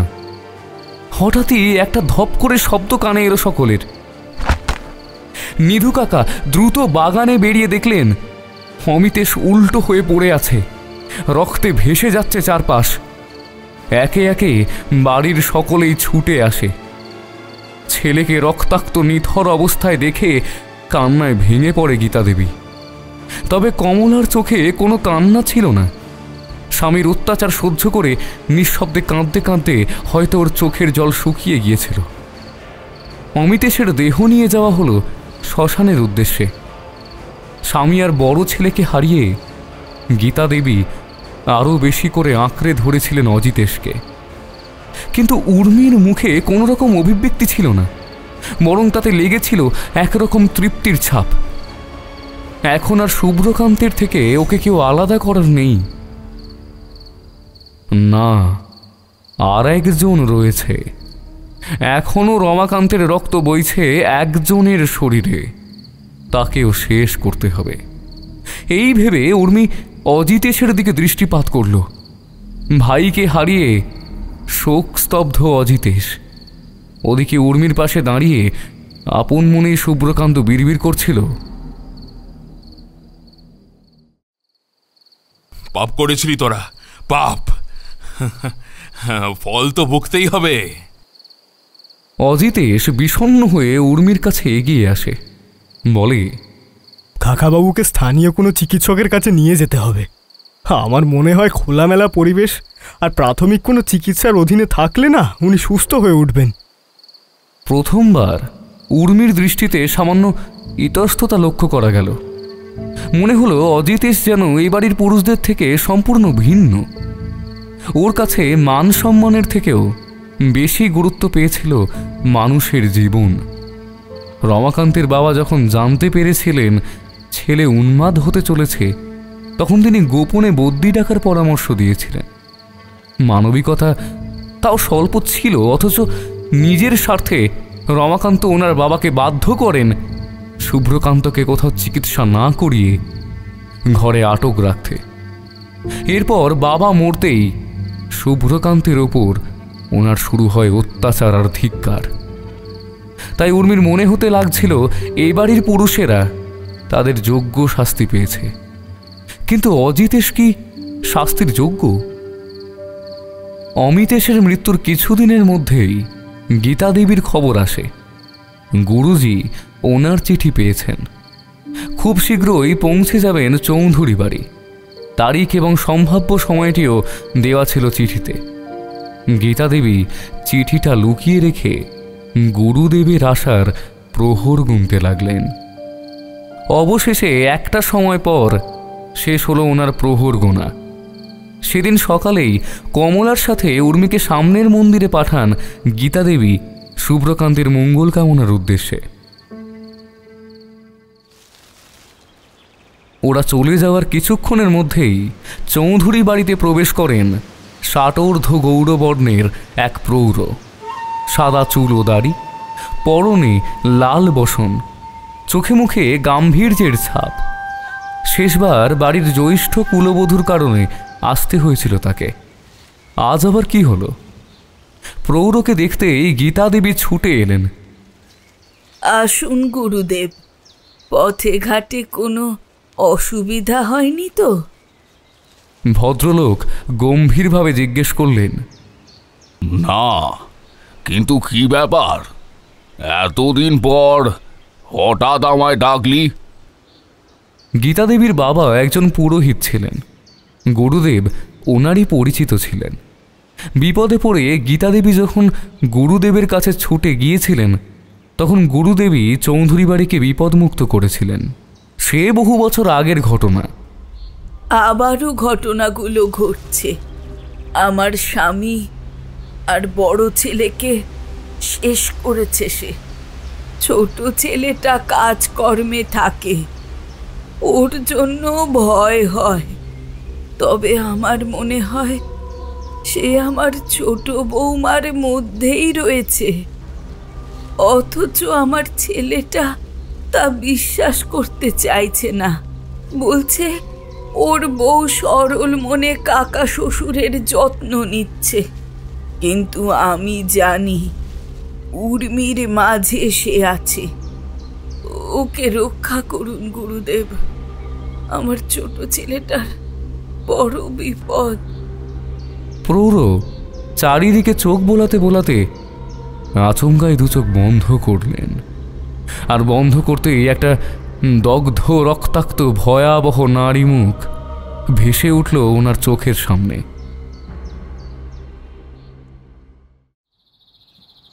মন্দির পথে যেতে যেতেই ভালোভাবে উর্মিকে দেখছিল কমলা। মনের মধ্যে চলছিল অজস্র প্রশ্নের ঝড়।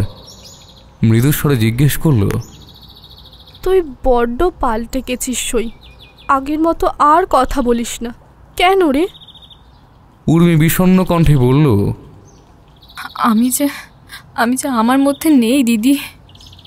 পরক্ষণেই ওর চোখ মুখ পাল্টে গেল আচম্বিত। ওই বাড়ির লোকেরা পাপ করেছে, একজনকে নৃশংসভাবে হত্যা করেছে। তোমরা কিচ্ছু জানো না, কিচ্ছু না। একটা বড় পাথরের ওপর ক্লান্তভাবে বসে পড়ল উর্মি। কমলা মনে মনে ভাবে, কাকাবাবুর সাথে সারাক্ষণ থাকে উর্মিমালা। হয়তো কাকাবাবুই ওকে অতীতের কোনো কথা বলেছে।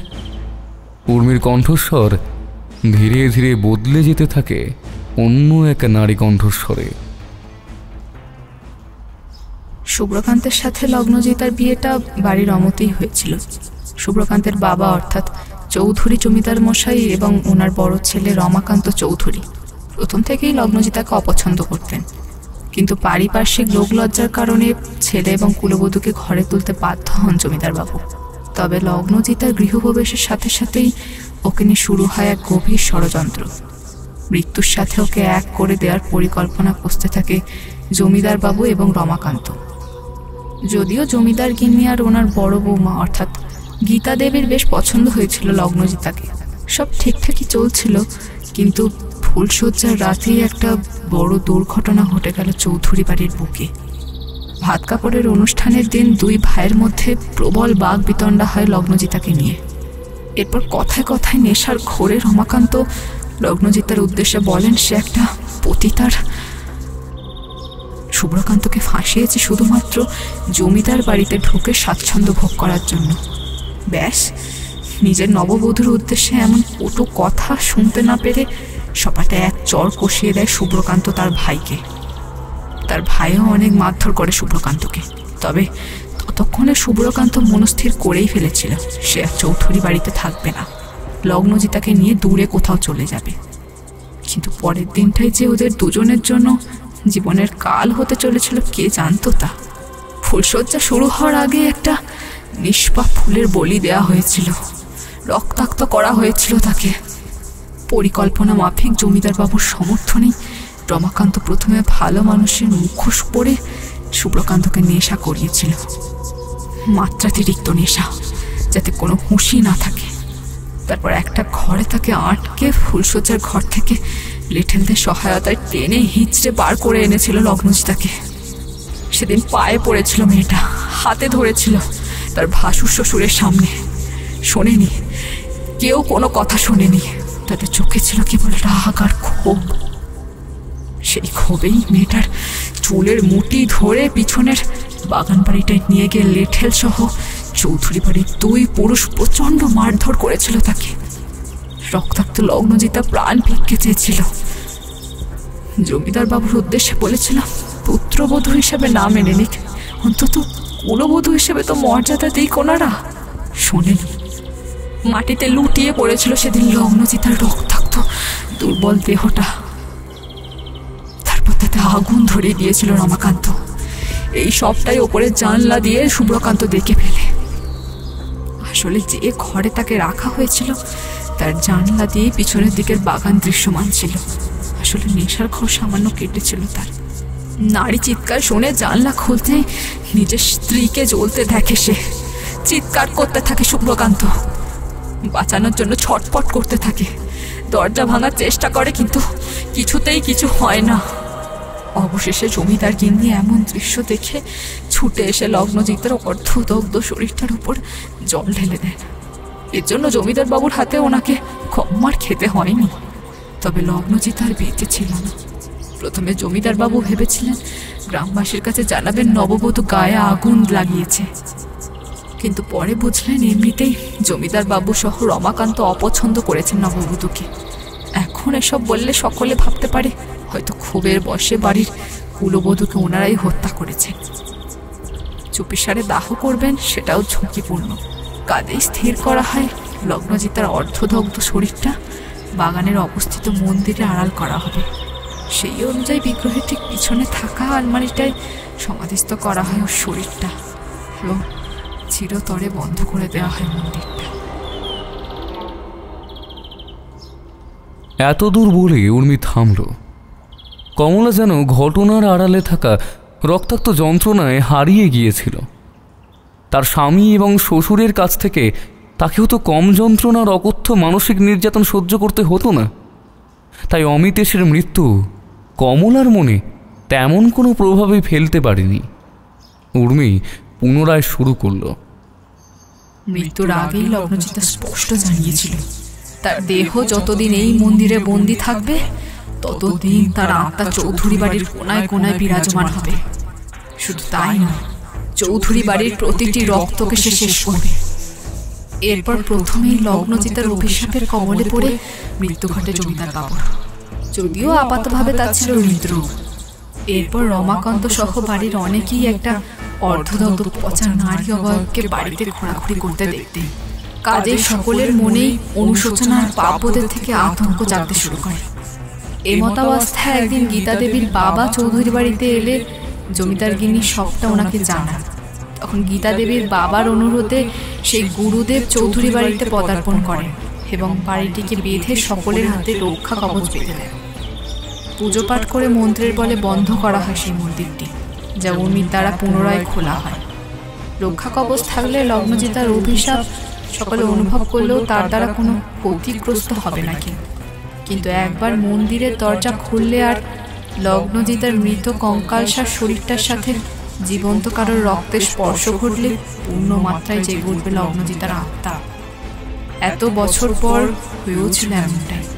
সে আত্মার ক্ষমতা এতটাই বেশি হবে যে রক্ষা কবচের শক্তির কোনো কাজেই আসবে না।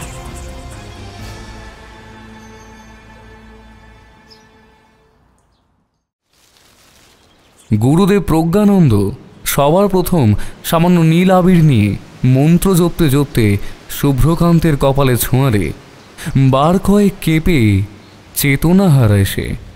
প্রৌঢ় বললেন, মোহমুক্ত হলো শুভ্রকান্ত। এতদিন লগ্নজিতার আত্মা সম্পূর্ণভাবে নিয়ন্ত্রণ করছিল শুভ্রকান্ত আর অজিতেশকে। চেতনা ফিরলে শুভ্রকান্ত একদম অন্য মানুষ হবে, সুস্থ হবে। গীতা দেবীর মুখে স্বস্তির ছাপ পড়ল। প্রজ্ঞানন্দ বললেন, আর কিছুদিন অতিবাহিত হলেই হয়তো অজিতেশও অমিতেশের মতোই আত্মহত্যা করত, কারণ লগ্নজিতার আত্মার পক্ষে এমন মানুষদের নিয়ন্ত্রণ করা কঠিন নয় যারা নরম মনের, যারা ভালোবাসতে জানে। যা অত বছর আগে শুভ্রকান্ত আর লগ্নজিতার সাথে ঘটেছিল তা বর্তমানে উর্মিমালা এবং অজিতেশের সাথে ঘটছিল। এমনকি উর্মিমালার মৃত্যুর যোগও ছিল। তাকেও হয়তো লগ্নজিতার মতোই হত্যা করা হতো। সৌভাগ্যবশত মেয়েটা বেঁচে যায়, বা লগ্নজিতার আত্মায় বাঁচিয়ে দেয়। তবে লগ্নজিতা শুভ্রকান্তকে সম্পূর্ণরূপে পাওয়ার জন্য উর্মির শরীরটা ব্যবহার করে এসেছে এতদিন, আর আজকালের মধ্যে হয়তো ওর শরীরেই সম্পূর্ণরূপে নিজের বিস্তার লাভ করবে। তার আগেই আমাকে লগ্নজিতার আত্মাকে মুক্তি দিতে হবে। শোন, সন্ধ্যার মধ্যেই আমাকে যজ্ঞের আয়োজন করে যজ্ঞে বসতে হবে।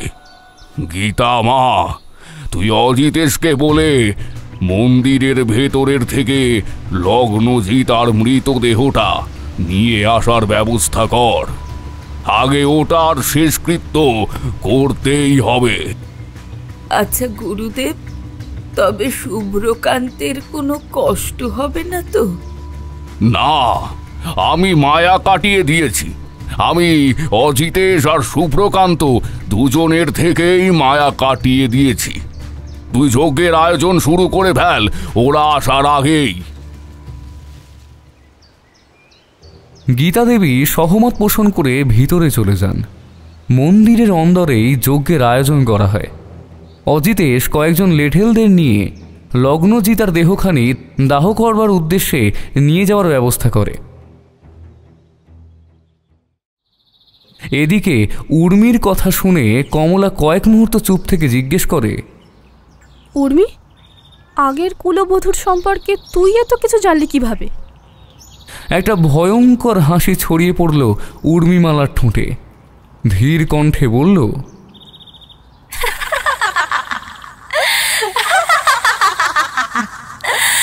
কারণ আমি লগ্নজিতা, চৌধুরী বাড়ির সেই হতভাগ্য কুলবধূ।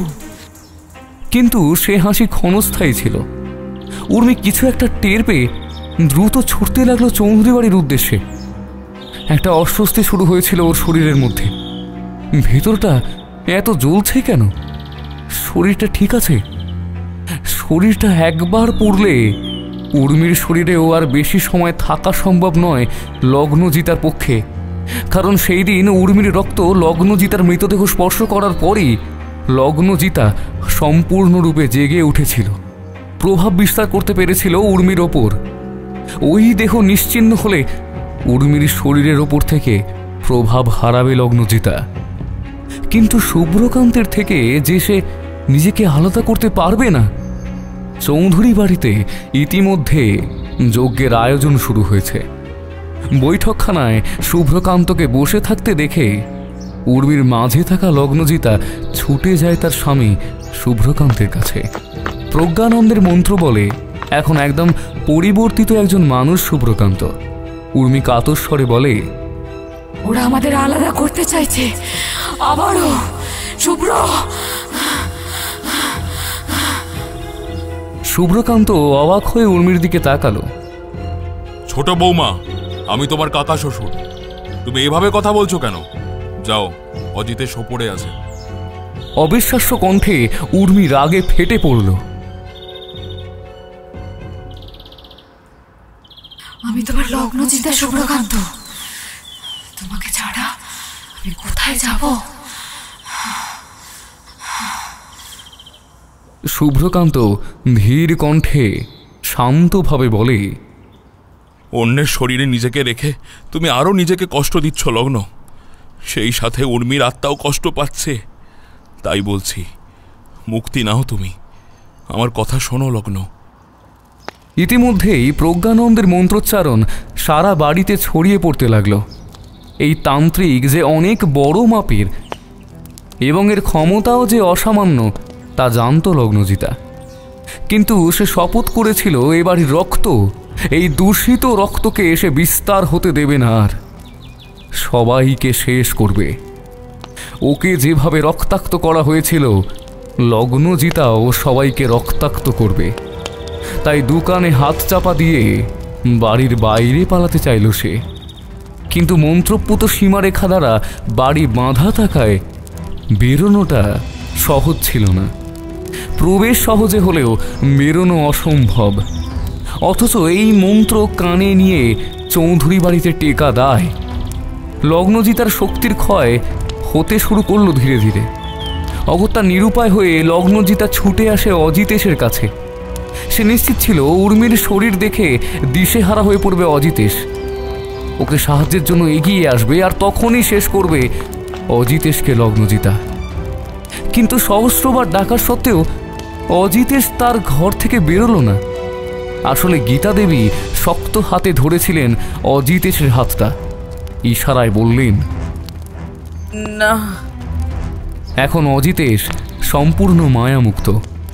ওদিকে শ্মশানে লগ্নজিতার দেহ দাহ করার ব্যবস্থা চলছে। পরিকল্পনা বুঝতে পেরে লগ্নজিতা ইচ্ছাকৃতই উর্মির দেহকে আঘাত করার চেষ্টা করে। দেওয়ালে উর্মির কপাল বারংবার ঠুকতে ঠুকতে রক্তাক্ত করে দেয় তাকে। তারপর অজিতেশের উদ্দেশ্যে চিৎকার করে বলে, অজিতেশ, তোমার বউ কিন্তু আমার নিয়ন্ত্রণে। মেরে ফেলবো, মেরে ফেলবো একে, বেরিয়ে এসো। আর নিজেকে সামলাতে পারল না অজিতেশ, ধীর পায়ে বেরিয়ে এলো বাইরে। ওকে দেখে থমকে যায় উর্মির মধ্যে থাকা লগ্নজিতা। আলুথালু শাড়ি, উস্কো খুস্কো চুল আর বিধ্বস্ত চেহারার মাঝেই কপাল ফেটে রক্ত করাচ্ছে মেয়েটার। কয়েক মুহূর্তের জন্য অজিতেশ বিভীষিকার মাঝেই দেখতে পেল উর্মিকে। হঠাৎই একটা কথা মনে পড়তেই অজিতেশ বিনম্রভাবে বলল, আপনি তো সম্পর্কে আমার কাকিমা হবেন। আপনি আমার বাবা আর দাদার কাছ থেকে যেখানে আমার স্ত্রীকে বাঁচিয়েছিলেন, সেখানে আজ তাকে মারতে চাইছেন কেন? কেন আপনি আমাকে মারতে চান? বেশ, নিন নিন, মেরে ফেলুন আমায়, তবে উর্মিকে ছেড়ে দিন। এই পরিবারের পাপের ভাগিদার তো নয়।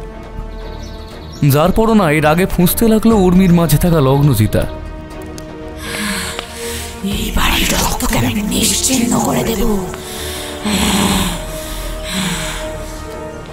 তাই রে ছোট, তাহলে তো তোকে তোর প্রতিজ্ঞা অনুযায়ী শুভ্রকান্তিকেও মারতে হবে রে, কারণ এই বংশের রক্ত তো শুভ্রকান্তির মধ্যেও বিরাজমান। গীতা দেবীর সাহসিক মন্তব্যে থমকে যায় লগ্নজিতা। বহুদিন পর জায়ের মুখোমুখি হয়েছিল সে।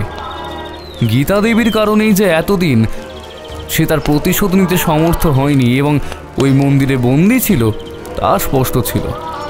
প্রধান্বিত কণ্ঠে বলে, এই বাড়ির বাকি পুরুষদের সাথে শুভ্রকান্তকে মেলানো কি ঠিক হবে? অজিতেশ যে এ বাড়ির পুরুষদের মতো নয়, এটা তো তুই জানিস।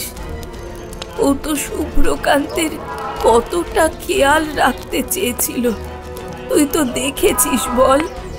তারপরেও গীতা দেবীর সমস্ত কথা অস্বীকার করে উর্মির মাঝে থাকা লগ্নজিতা চিৎকার করে ছুটে গেল অজিতেশের দিকে। না, ওই রমাকান্তের অংশ এই ছেলে। রমাকান্ত চৌধুরী সেদিন যে অকথ্য অত্যাচার করেছিল লগ্নজিতার ওপর, তা কড়ায় গণ্ডায় বুঝবে আজ সে। অজিতেশকে শেষ করে দু হাতে অজিতেশের গলা চেপে ধরতে গেলে অতি কৌশলে অজিতেশ পিছন থেকে দু হাতে জড়িয়ে ধরল উর্মিকে। ওর মাঝে থেকেই লগ্নজিতা ছটফট করতে লাগলো।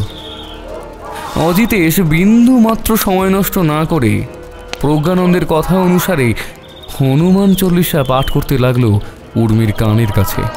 তীব্রভাবে কাঁপতে লাগলো লগ্নজিতার আত্মা। প্রজ্ঞানন্দের মন্ত্রোচ্চারণও সারা বাড়িতে গম গম করছিল।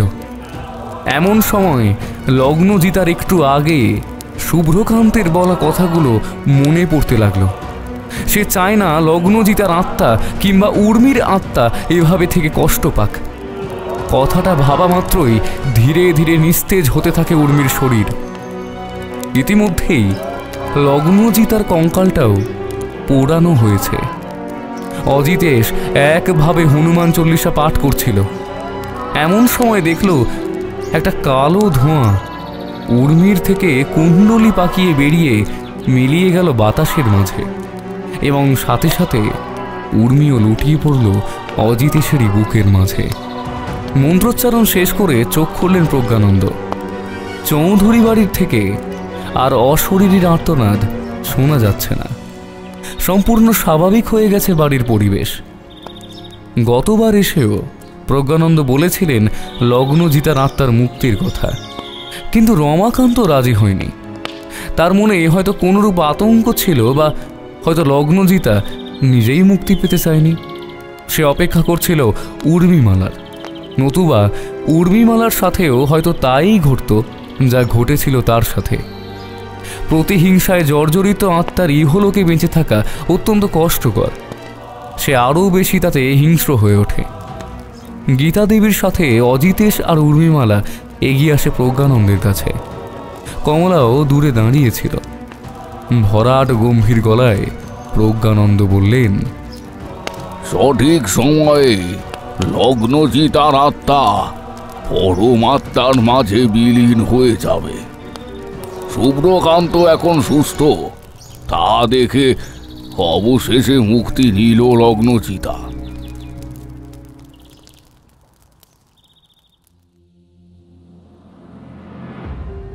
এরপর কয়েকদিন অতিবাহিত হয়েছে। ওই ঘটনার পর সেই কালো বিড়ালটাকে আর দেখা যায়নি। শুধু তাই নয়, এখন আর চৌধুরী বাড়ির সদস্যদের বেঁচে থাকতে রক্ষা কবচের দরকার পড়ে না। আজকাল অজিতেশ বাইরের জমি জমার কাজ সামলায়, আর কমলা স্বাধীনভাবে দোকানের, পৈতৃক দোকান, ব্যবসা এই সব কিছু এখন তাদেরই দেখাশোনা করতে হয়।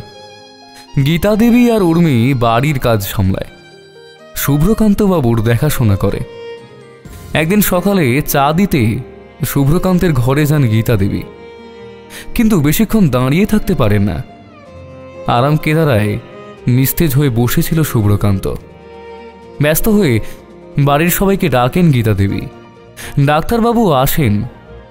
তিনি জানান হৃদরোগে আক্রান্ত হয়ে মারা গেছেন শুভ্রকান্ত। তবে গীতা দেবীর মনে হয়েছিল ওনার ঠাকুরপো নিজেই মৃত্যুকে আপন করে নিয়েছিল। হয়তো পরপারে থাকা লগ্নজিতার অপেক্ষা শেষ করতেই মৃত্যুকে সহাস্যে বরণ করেছিল শুভ্রকান্ত। কারণ তার মৃতদেহের ঠোঁটে কোনো রকম যন্ত্রণা বা বিরহের ছাপ ছিল না, ছিল একরাশ পরম তৃপ্তি আর আনন্দ।